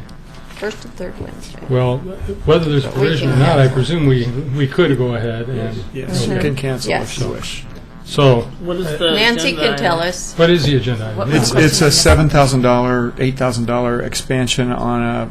Basically, we, as you know, we have $100,000 budget for Blue Heron. We have contractors working down there right now, and they've reached their $50,000 limit under our authority, and we simply need the commission to expand that authority to cover the additional $8,000. But that we hold off for 4 or 5 weeks, it won't make any difference. I think we're going to talk to the vendor and work that out. Yeah. Okay, fine. So it's So you have the discretion. A motion to not have that meeting? It has to be a motion. Moved by Kathy Rock, seconded by Carol Pauley. So I'll move to cancel the meeting of the 21st. Okay. What?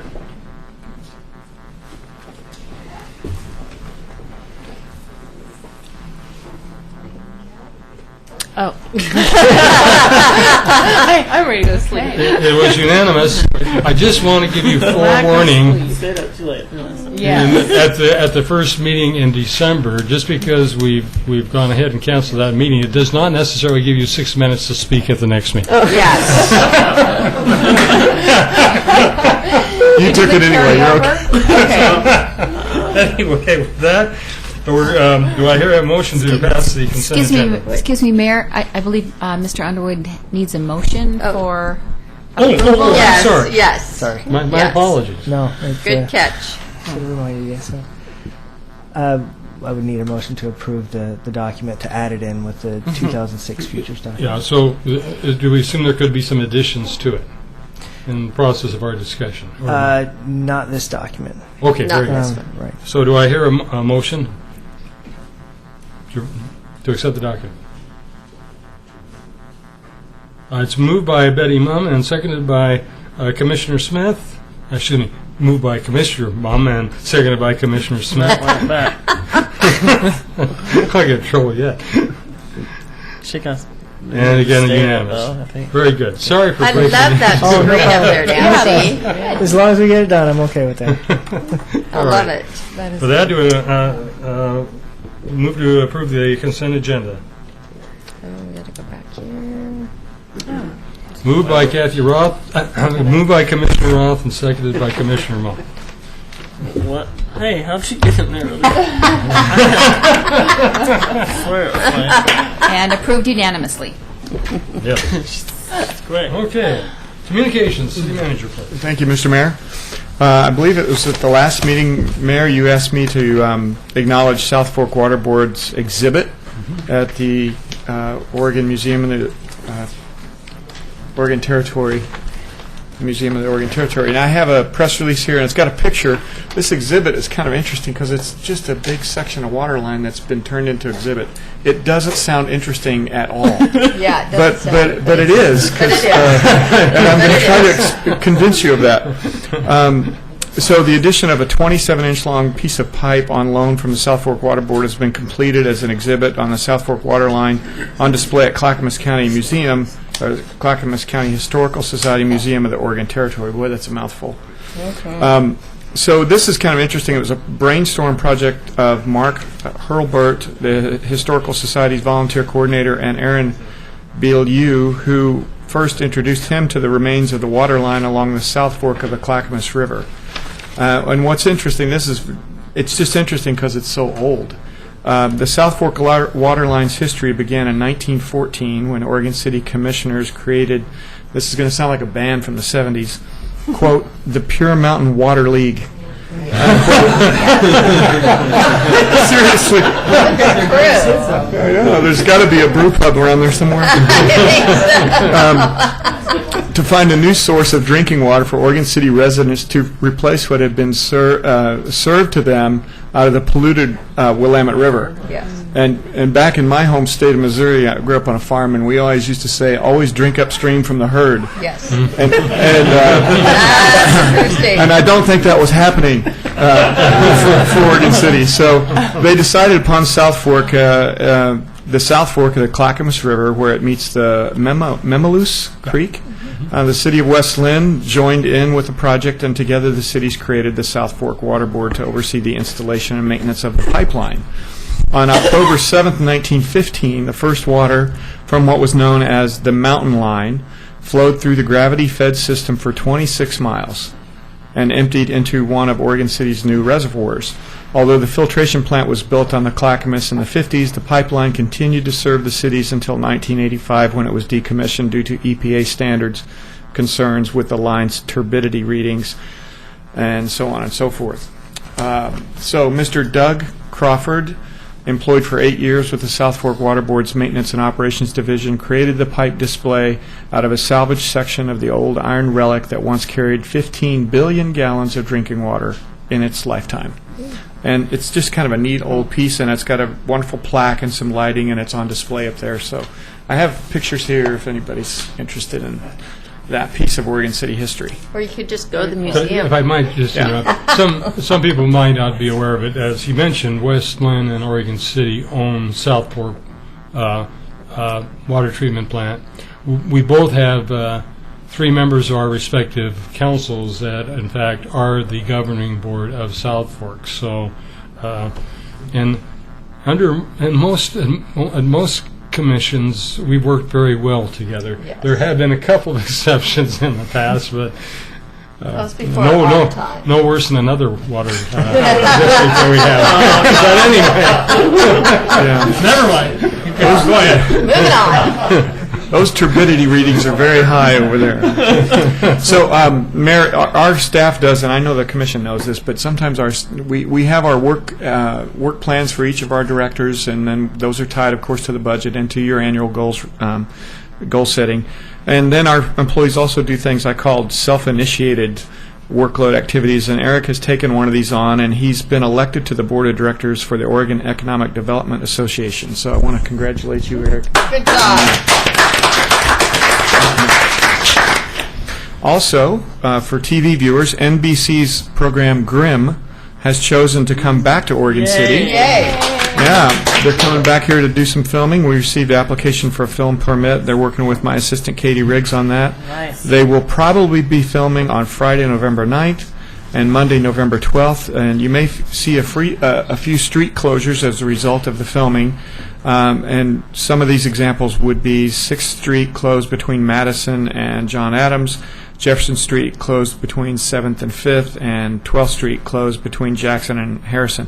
And I know we're clapping and we're happy about this, but if you're one of the folks that's involved in a little queuing delay there, just know it's benefiting our local economy and getting us on television. What's happening with all the people that live there and don't have driveways?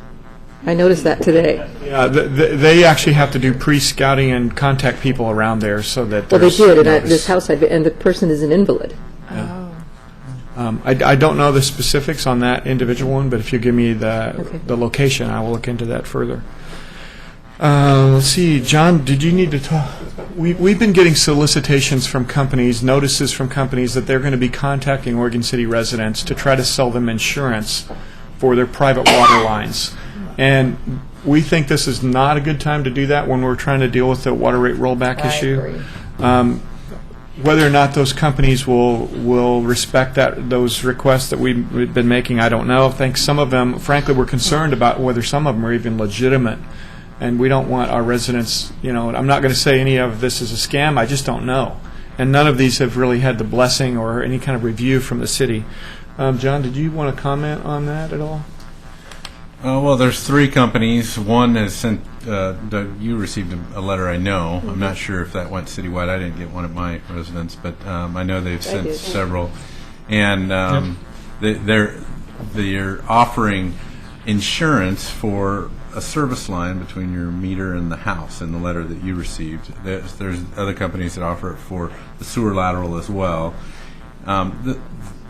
The concern is, I don't know how they would insure that on a neighborhood-wide basis without doing some due diligence, and it sounds like this is standard operating procedure for them to just send out a letter to a group of neighbors in many cities across the United States without having done that due diligence. So I guess it's up to you as a property owner, but it is a little confusing. We'd rather not have that conversation right now with the other conversations we're having about water rates, because we think it might confuse the public. It's not to say that if you feel confident with the policy that you're getting and you want to provide yourself some kind of insurance for replacement of a service line, maybe there's a great deal out there, but we're not convinced of that. So, buyer beware. Buyer beware. Can I put a little caveat in there? My mother received she's received more than one of these actually in Milwaukee, and they're also going through water issues. And as an elderly person, she took it to mean if she bought this policy, it was going to keep her rates down. Oh, no. They'd be sending them a different letter than the one they sent us, too. Yeah, well, it could be just the way That's she what read we're it, worried too. about. But Yeah. Yeah. We received one that offered both sewer and police. Yeah. And obviously, they hadn't done their homework because our homes are only 16 years old. If we have waterline problems, I would be very surprised. Okay. So also let the commissioners know that in preparation for your commission retreat, January 11th and 12th, we're working on a memo right now to send out to you. You probably remember the one you got last year, most of you. And there will be spaces on there for you to add things. There will also be a list that the staff has come up with that we, just from work sessions with you, that we think are important to you. We'll probably be pretty accurate, but there'll be some that fall off the list, and there'll be room for more things to be added to the list. So I just wanted to give you the heads up that that'll be coming in the next few weeks. And you'll have about 2 weeks to fill out your requests and get them back to us. So I might just add that this is primarily a retreat for us on the commission, but the public's It's open to the welcome public, It's, but the participation part is between the commission and Right. the staff. And then just a reminder, City Hall offices will be closed on Monday, November 12th for Veterans Day. That includes the library, Pioneer Center, cemetery, everything except the pool. The pool is open, so that's the report. Thank you. And nothing from any of the other staff then? Oh. Okay. I was honored to, for the second time in a row, Beaver Creek Elementary School gives a Veterans Day. It's not on Veterans Day, a week before, but it gives a Veterans Day tribute in terms of music, the music of the various military various military services, but also sing various patriotic songs. They do a great job. Every grade from 3rd up makes presentations at this. They have an excellent director of their choir, and I had the opportunity of being kind of the person that introduced the various things, groups as they were coming, the various grades, and that's a lot of fun. Tony was there today. We attended a meeting where they're looking. Metro gets taxes on construction, which funds such things as the development of our concept plans for the areas that are being brought in. With for more than one reason, but with the formation of urban reserves and so forth, we're looking at the wording of how those things function, and those taxes may be used for other purposes other than just simply the planning. I think they can be used to have the potential to be used for projects themselves. Correct me if I'm wrong on that. I think it could be used for other. The construction excise tax, when it began, was used primarily to have planning processes for concept plans for areas added to the urban growth boundary. That was the first phase. Second phase, they expanded that to include some monies to be spent on planning in, for example, regional centers, corridors, so areas that are inside urban growth boundaries already or even within cities. And so now in phase 3, we're looking at how to amend the code, because now we have urban and rural reserves. And so we need to amend the Metro Code for the expenditure of construction excise tax money to address, now you have 3 areas. Inside UGBs, inside the UGB that needs a concept plan still, and there aren't too many of those, and then after 2010, 9-10 roughly, which are now urban and rural reserve areas. And how those urban reserve area, currently we have a land that's brought into our urban growth boundary, and we do concept plans on it. Here, in this case, we would actually, it's probably not as intensive a plan, but we actually have a plan for land that we're bringing out of the urban reserves into the urban growth boundary. So it's done ahead of time, if I'm correct. Correct. So it's a different process. We have urban reserves that are in the immediate vicinity. The intent is that these lands are basically protected in their status for about a 50-year period, and there was many people from the various county planning organizations, CPOs, hamlets, and so forth, as well as people from the cities and so forth, were very much involved in identifying those urban and rural reserves,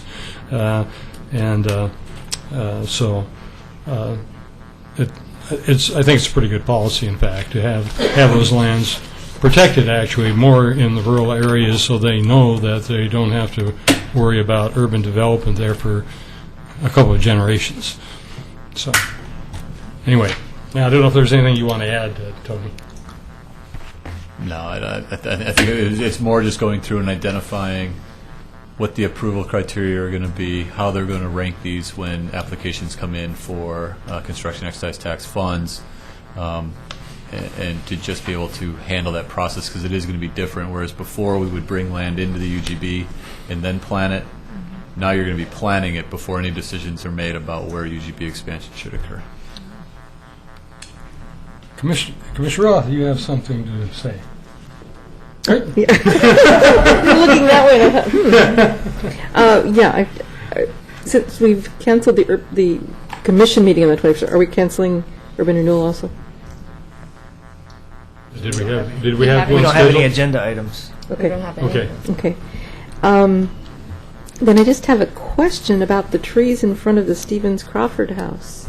Because coming they're yes, gone. They're gone. They're But we gone. just put the sidewalk out around them. We spent, Does anybody know, I presume that was a decision of them and not us. We didn't hear of anything about it from the city. no. I heard about it a couple of weeks ago. I think Yeah. Tony and I can cobble together the piecework here. Now, that wasn't the city's responsibility because it's the Historical Society, as you all know.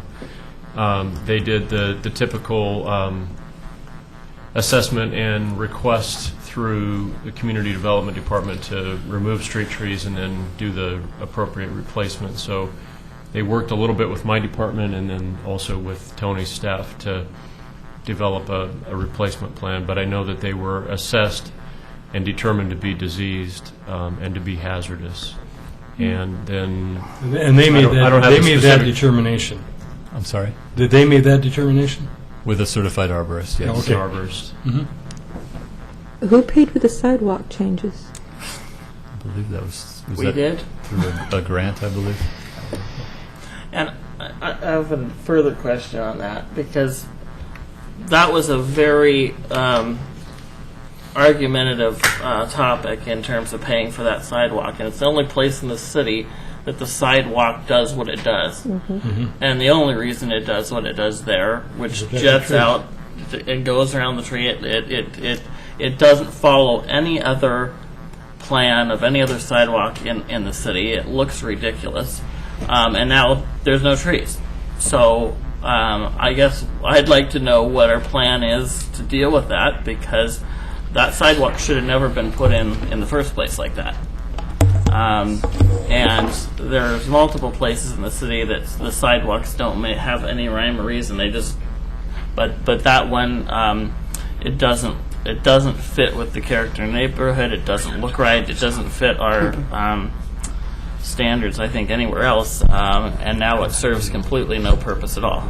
Well, it was their request to do so, and my guess is if they had been given heritage tree designation, if we had the heritage tree placement, we might actually make decisions to move sidewalks like that to preserve the trees. I'm not sure that decision was a wrong one, because they felt there was historic significance to the trees.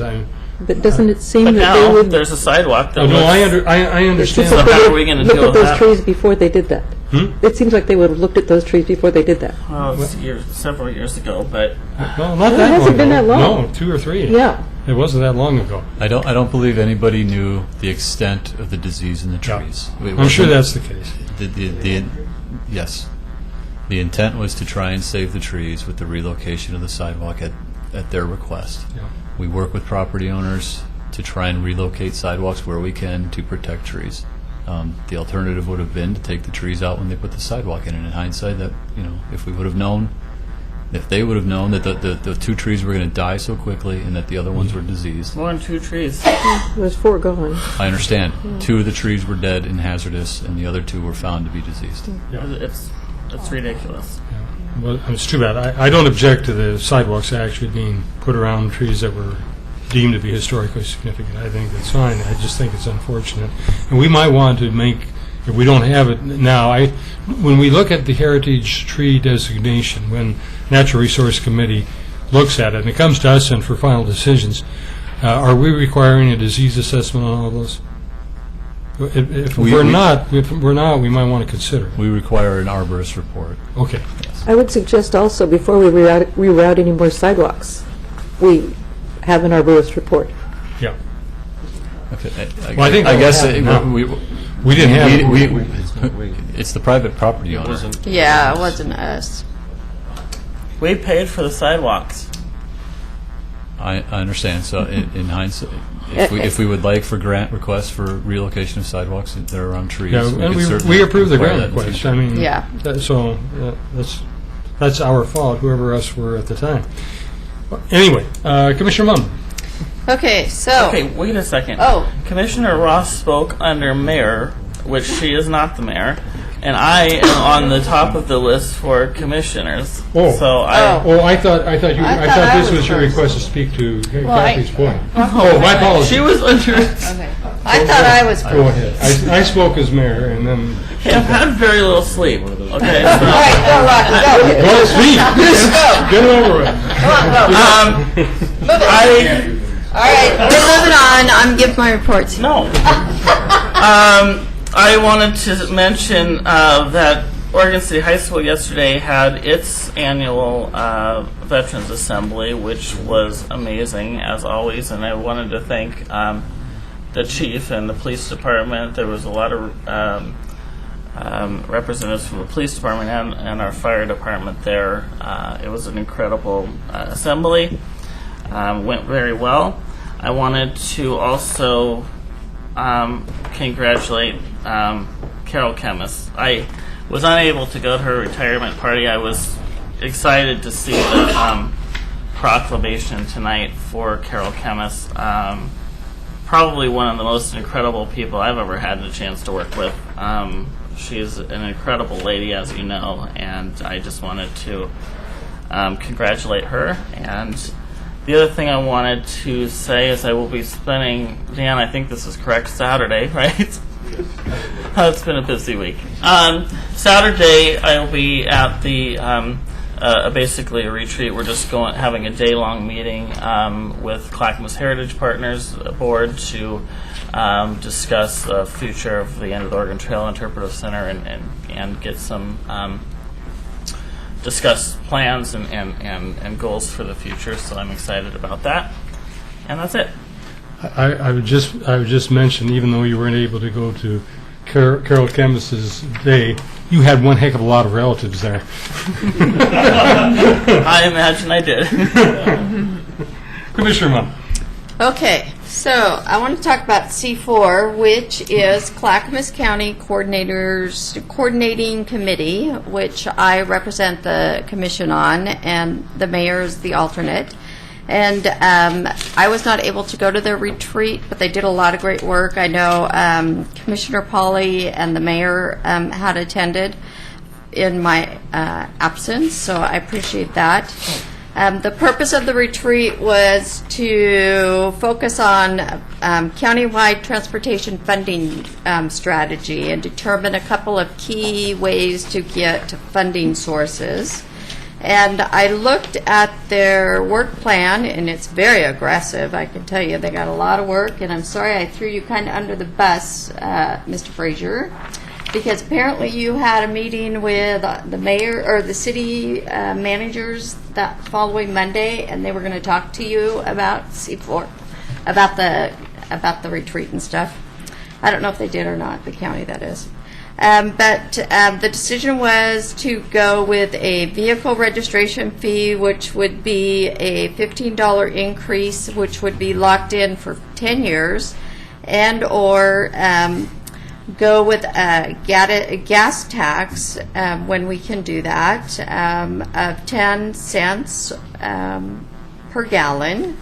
And it's important that everybody understands that this goes to a vote of the people. That was something that was made very clear in the very beginning when that was brought up a year ago when we first started discussing this.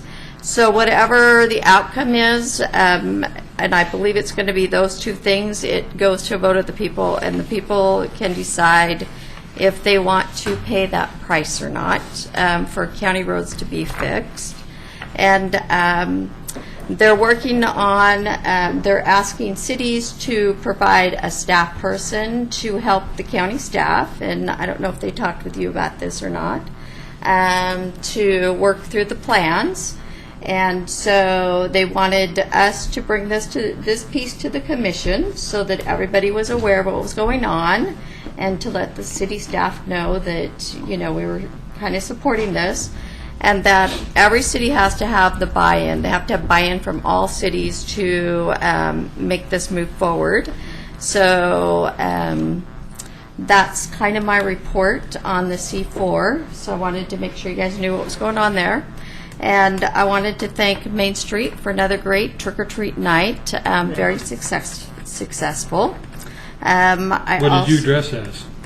As my natural self. As did I. As did I, yeah. And what were you? I was at a different party. Yeah, there you go. So was that. And let's see. I also want to congratulate both Commissioner Smith and Polly for their win. And it's great that they each had a competitor. And Commissioner Roth and I will be up if we decide to run in 2 more years. So we look forward to that. It's exciting times. I love it. And tomorrow evening is, I believe, South Fork Water Board meeting. Yes. So we'll be bringing back a report on what's happening there, I'm sure. So I just wanted to make sure you guys knew what was going on. Yes. No, it's Carol got. Oh, go ahead. Oh, sure. I just want to say that now that the election's over and we can all kind of take a deep breath, but there was a lot of good discussion, a lot of good things that came out about urban renewal and many other issues. And I see where we can, build consensus on different things. We got the point of what doesn't work, and we have some good ideas of what will work. And we can change some processes, streamline some things, and I think it was good. One thing that I chuckled, I was on the way back from running errands from the business, and I'm driving up Washington Street, and there's political signs everywhere, but in one yard in particular, there was 2 signs, commission, and as I went past, I realized, it dawned on me that they were for the same position. They were for the same position. And both candidates for the same position.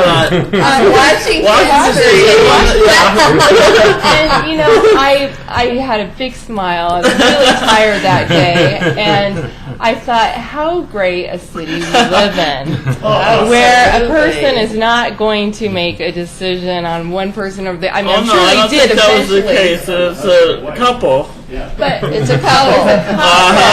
But still, the point being is that people, we're a tight-knit community, and everybody wears so many hats.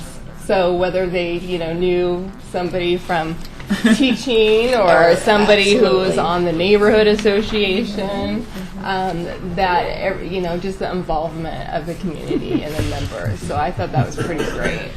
It's great. Very good. Okay, I forgot 2 things. That's fine. Tomorrow morning at 9 o'clock from 9 to noon, there is a gerontology conference at the Monarch Hotel, and it's Designing Cities for the Aging Population. So I'm going to be attending that, and I don't know if anybody else will be interested in that. And then next week on Wednesday and Thursday, if anybody's interested, I can get them the information, at the Sheriff's Shooting Range over there on Sunnyside, 82nd. There's a program, a national program that will be here every other year on forming neighborhood watch groups. Oh, great. Yeah, So. that's cool. Very good. Very good. Yes. I just wanted to compliment Rocky on his sign cleanup already. It's complete. So I have yet to do my complete inspection of all the public lots. I'll save that for this weekend. I thought we had like 2 days. We don't have. I don't know what the day limit is. You can thank my mom and dad for that. Yeah, I was going to say, thank Senior I was Rocky. very impressed. Very impressed. They got it done quick. Wow. Well, Your mom's dad available for the other? No, they're not. Anything else for the good of our order? When I saw them picking up signs, they did not pick up any others, Rocky, either. That's an important piece. Okay, with that, meeting adjourned. Thank you.